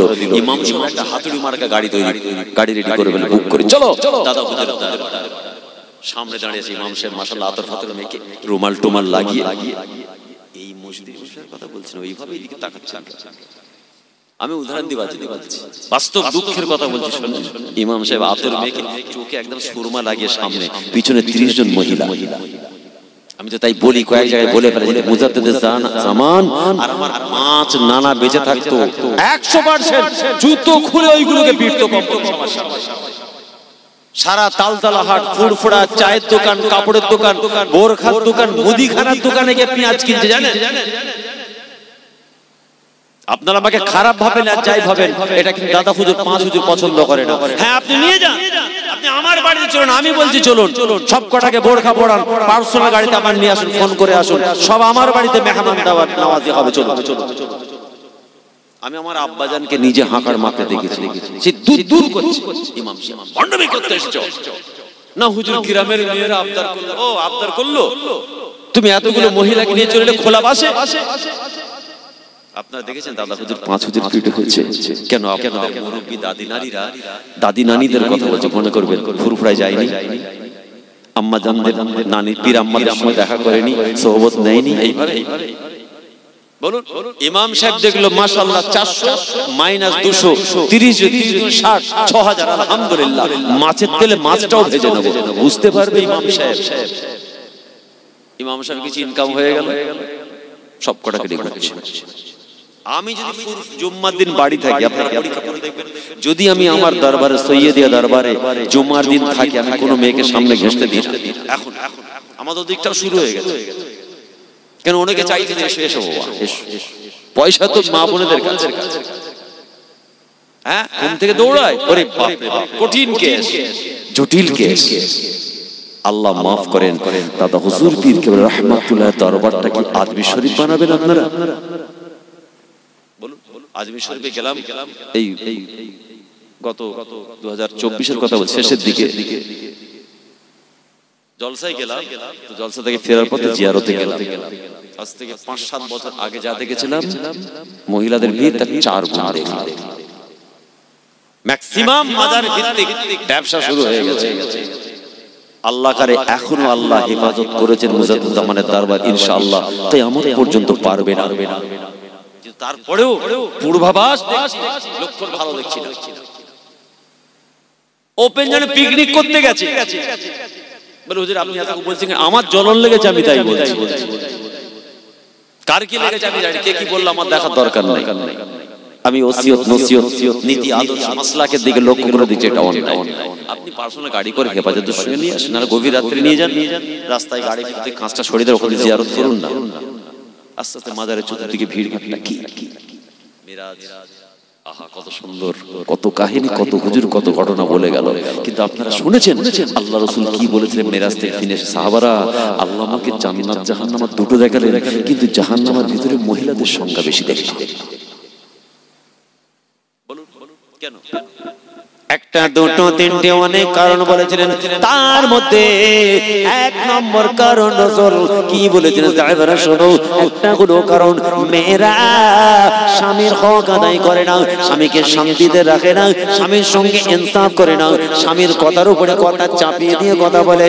শুধু তাই নয়, সারা জীবন স্বামীর অর্থ ব্যবহার করবে, স্বামীর দয়া মায়া সবই ভোগ করবে, কিন্তু হঠাৎ এমন একটা কথা বলে ফেলে, যে কথাটা আমার আল্লাহ এবং আমি রাসূলুল্লাহ আমাদের পছন্দ নয়। কি বলে? আমাকে সারা জীবনে তুমি কি দিয়েছো? কিছুই দাওনি। এই ভাঙড় এলাকার আমার মা বোনেরা বলেন, এটা আমার বিশ্বাস, এটা আমার বিশ্বাস, আপনাদের কথা আমি শুনবো না। আমার মা বোনদের উপর আমার বিশ্বাস, কারণ তাদের ছেলে আমি আমাকে ছেলের মতো ভালোবাসি, তাদের ভাই আমাকে ভাই হিসেবে ভালোবাসে। আমাদের ফুরফুরাতে আছে। এই শোনেন, কোন হুজুর বলবে না, আমি বলছি আমাদের ফুরফুরাতে আছে। 70-80 বছর কোমরে বাঁক এসে গেছে, হাতে লাঠি। কত বয়স বুঝতে পারছেন? লাঠির উপর ভর দিয়ে চলে। যখন মাথা গরম হয়ে গেলে এমন করে বলছে নিজের স্বামীকে, 80 বছর ধরে কি দিয়েছো আমাকে, বুড়ো আঙুল দেখাচ্ছে। শুকরিয়া আদায় করে না স্বামীর। শীতে বর্ষায় গরমে মাথার ঘাম পায়ে ফেলে নিজে ক্ষুধার্ত অভুক্ত থেকে, নিজে তৃষ্ণার্ত থেকে স্ত্রী বাচ্চা বাচ্চার জন্য একটা পুরুষ সারা জিন্দেগিতে কি করেছে। যখন স্ত্রী মুখ থেকে কথাটা শোনে না, তার প্রত্যেকটা রক্তের বিন্দু পর্যন্ত কম্পন হয়ে যায়। ইসলাম ওখানেও আছে। আলেমা হাফিজা আবেদা পর্দা নশিনা, এত তসবিহ, এত জিকির, এত আমল করেছি, ভাই সাহেব দোয়া করবেন, এত আমল করি, একটা কথা বলেছে, স্বামীর অন্তরটা কলিজা পুড়িয়ে দিয়েছে, ওটা কানেক্টেড ইসলামের সঙ্গে। রাসূল বলছেন আল্লাহ এবং তার রাসূল নারাজ। আমার ওই মাটা বোনটা হয়তো 70 বছর নামাজ পড়েছে, আরে আমার আল্লাহ যদি নারাজ হয়ে যায়, ফেরেশতা ও 30 বছর 50 বছর নামাজটাকে টান মেরে জাহান্নামে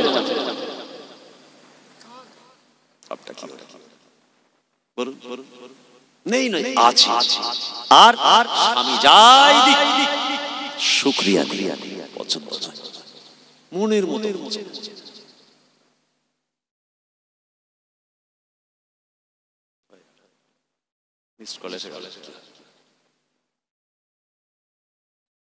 দুঃখ নেবেন না, ব্যথা নেবেন না, আর আলোচনা বাড়াচ্ছি না। মিস কল এসে গেছে, মিস কল মানে টাইমে তাই তো। যাই হোক, আলোচনা যেটা বলতে চাইছিলাম আবার প্রথমে চলে যাচ্ছে। তা'মুরুনা বিল মারুফ ওয়া তানহাউনা আনিল মুনকার। কই আপনি আপনার স্ত্রীর ভুলটা দেখে তো কই শিক্ষা দিবেন? আপনার স্ত্রী ভুল করছে, আপনি ভুল বলুন। যে শোনো, তুমি যদি আমার সংসারে থেকে নামাজ না পড়ো, কমপক্ষে আমার বাড়ির ভাত তোমার হবে না। এই শুনছেন? বলে হুজুরাম বলা যায়? এই যে বলবেন আপনারও কষ্ট হবে, এটাই কিন্তু স্যাক্রিফাইস ফর ইসলাম। আপনি ইসলাম দিন শরিয়াতের জন্য কষ্ট। আপনার মেয়েটা পর্দা করে না, মেয়েটাকে বলুন আমার বাড়ি থাকতে গেলে পর্দা করতে হবে। মা, যতদিন না তুমি শ্বশুর বাড়ি যাচ্ছ, আমার বাড়ি কিন্তু পর্দা। আমার বাড়িটা হলো মুজাদ্দিদুজ জামান পীর আবু বকর সিদ্দিক রাহমাতুল্লাহ আলাইহি, আমার মুজাদ্দিদুজ জামানের মাসলাক নীতি আদর্শের উপরে দাঁড়িয়ে আছে। কোরআন হাদিস তো আছে, আমার পীরের নির্দেশ। ওসিয়তনামাটা খোলেন। ওসিয়তনামা তো সব ভুল হয়ে গেছে, একটাই তো ওসিয়ত নাকি? আচ্ছা বলবেন তো ওসিয়তনামা কটা? জোরে বলেন কটা? আপনারা জানেন 57টা ওসিয়তনামা। কে বলে ওসিয়তনামা? একটা। হুজুররা শুধু টাকা চেয়ে নাই, হারাম খায়, এটাই তো ওসিয়তনামা।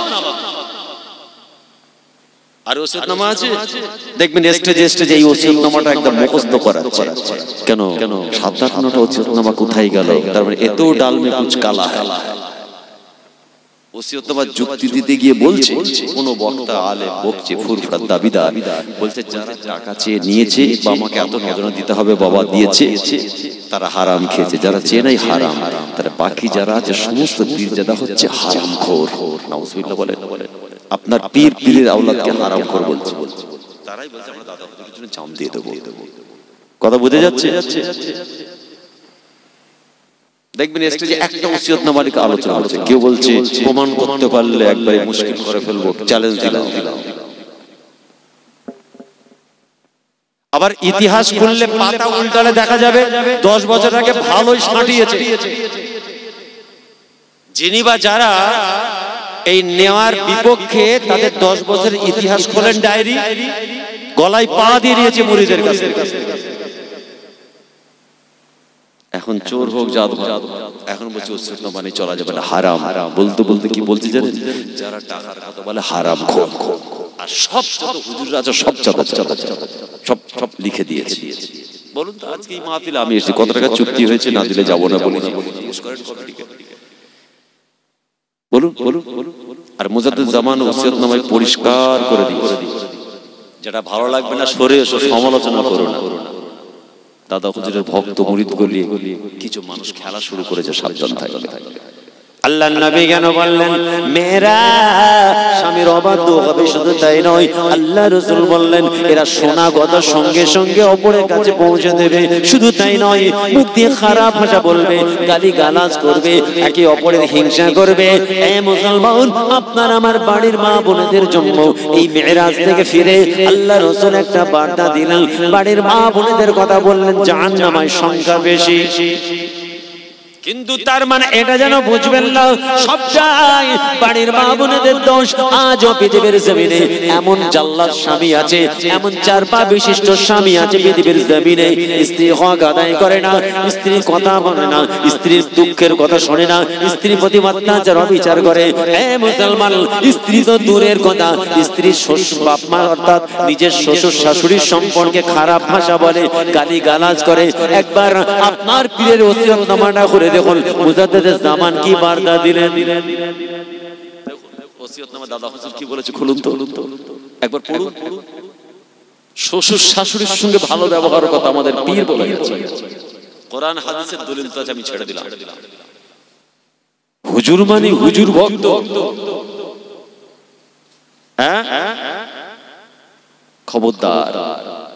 এক বালিশের বিছানায় 2টো মাথা, একটা বালিশে 2টো মাথা। রাসূল বলতে যখন একটা বালিশে স্বামী স্ত্রীর মাথা এক জায়গায় হয়, আল্লাহর আরশ পর্যন্ত কাঁপতে থাকে, নফল নামাজের থেকে 1000 গুণ সওয়াব বেশি। শুধু তাই নয়, আমার ওই ভাইটা একবারও আমার বোনটাকে জিজ্ঞাসা করলো না। প্রত্যেকদিন সকালবেলা দেখছি বালিশটা ভিজে, কারণটা কি? বলুন। ওর পকেটে হাত দিয়ে দেখুন 5000 দানা তসবিহ আছে। শুক্রবার এলেই ফুরফুরাই তাকবীরে ওলা ধরে, জামাত ধরে। বৃহস্পতিবার রাতে হালকায় জিকির, বাপ রে, তাসাউফের উপরে মাশক। কিন্তু বালিশটা কেন ভিজে? আমি আমার ভাইটাকে অ্যাপ্রিসিয়েট করছি। একবার বলো ভাই, প্রত্যেকদিন বালিশটা কেন ভিজে? তুমি এত বড় আল্লাহর ওলি সেজে ঘুরছো, স্ত্রীর হক আদায় করোনি কেন? এই খারাপ লাগছে নাকি? ওখানে কি হয়েছে? স্ত্রীর হক হক তালফি করলেন। আর রিজালু কাওয়ামুনা আলান নিসা, কতটা দলিল বলবো? আল্লাহ বলছেন দুজনের ইজ্জত আমি সমান করেছি। এদিকে তাকান, বাড়ি গিয়ে যেন অ্যাকশন না লেগে যায়, ঝগড়া করে ফেলবেন না, যেন একদম সমান। লিবাসুল লাকুম লিবাসুল লাহুম। শরীরটা যদি একটা পুরুষের হয়, তার শরীরে যে পোশাকটা লেগে আছে, রাসূল বলছেন এই পোশাকটা হলো তার স্ত্রী। সুবহানাল্লাহ বলেন, জোরে বলেন সুবহানাল্লাহ। শরীরটা যদি কোনো মহিলার হয়, স্ত্রীর হয়, তার শরীরে যে পোশাকটা লেগে আছে ওটা হচ্ছে স্বামী। তাহলে স্বামী স্ত্রী কতটা কাছাকাছি সম্মান ইজ্জত দিয়েছেন বলুন তো? আল্লাহ বলছেন একটুখানি বেশি আমি আল্লাহ দিয়েছি স্বামীদের। এটা যদি মা বোনেরা মেনে নিতে না পারে তাহলে কিচ্ছু করার নেই। আল্লাহ বলছেন গাড়ি স্টিয়ারিং ধরবে স্বামী, কিন্তু আমার বোন বলল আমি ধরবো, তাহলে তাই হচ্ছে। স্টিয়ারিং মহিলার হাতে বললে কি হবে? তাই হচ্ছে নাকি? আল্লাহ বলছে স্বামীকে আমি একটু বেশি সম্মান দিয়েছি। আর আমার বাড়ির মা বোনগুলো বললো মানছি না, মানবো না। তোমার মোবাইলের রিচার্জ আমার বাপের টাকায়, তোমার বাড়ির ছাদ আমার বাপের টাকায়, তোমার গাড়ি বাইক পেট্রোল আমার বাপের টাকায়। জি হ্যাঁ, সবটাও যদি তোমার বাপের টাকায় হয়, মনে রেখো এরপরেও আল্লাহ পাক নিয়ামত দিয়েছে, ওটা তোমার স্বামী অ্যাপ্রিসিয়েট না করলে গুনাহগার। ওই স্বামীর বাধ্যই তুমি জানবে। আল্লাহর নবী বলছেন যদি আল্লাহ ছাড়া কারোর কাছে মাথা নিচু করার হুকুম দেয়া যেত, আমি আব্দুল্লাহর বেটা নবী মুহাম্মদ বাড়ির মেয়েদের হুকুম দিতাম তারা যেন স্বামীর পায়ে সাজদা করে। সুবহানাল্লাহ বলেন। তাহলে কি বোঝা গেল? একটা মেয়ের কাছে তার স্বামীর আল্লাহ কত ইজ্জত দিয়েছে। আম্মা জান আয়েশা রান্না করেন, আল্লাহ রাসূল রান্না ঘরের মধ্যে প্রবেশ করলেন। আহারে আমার রাসূলের চোখটা চঞ্চল করে, অশ্রুসিক্ত চোখে আমার রাসূল কি বললেন? আয়েশা, তোমার নবীর ঘরে বড় কষ্ট, বড় মেহনত করতে হয়, তোমার কাজের জন্য আমি কোনো সহযোগিতার লোক দিতে পারি না। আহারে আমার ঘরে তোমাকে বড় কষ্ট করতে হয়, বড় মেহনত করতে হয়। আজকে তুমি রান্না করে রান্না করছো, ঘেমে গিয়ে কত কষ্ট মেহনত করো। আল্লাহর হাবিব আল্লাহর রাসূল নিজে মুবারক শরীর থেকে রুমাল, জুব্বা মুবারকের রুমালটা নিয়ে আম্মা জান আয়েশার পেশানির খামগুলো মুছে দিয়ে আমার আল্লাহর দরবারে আম্মা জান আয়েশার জন্য দোয়া চাইছে, আল্লাহ আমার আয়েশাকে আপনি কবুল করে নিন। আপনি আপনার স্ত্রীর জন্য একবার দোয়া চেয়েছেন?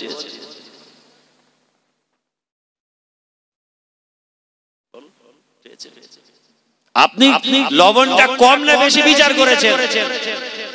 সুগার ফ্রিটা পড়েছে না পড়ে এই অ্যানালাইসিস করেছেন?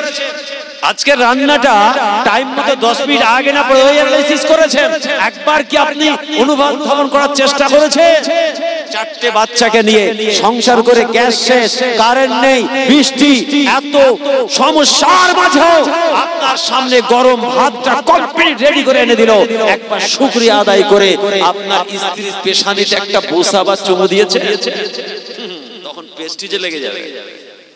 ইসলাম ওখানে আছে। কমপক্ষে সৌজন্যমূলক বলুন যে এত বৃষ্টি বাদলা কষ্ট করে তুমি খাবারটা রেডি করেছো, আল্লাহ তোমার ভালো করুন। জি, স্বামীর দোয়ায় আল্লাহ পাক স্ত্রীকে পার করে দেবে, আবার স্ত্রীর দোয়ায় আল্লাহ পাক স্বামীকে পার করে দেবে। স্বামীর বদদোয়ায় স্ত্রী আটকে যাবে, স্ত্রীর বদদোয়ায় স্বামী আটকে যাবে। এখানে ইসলাম।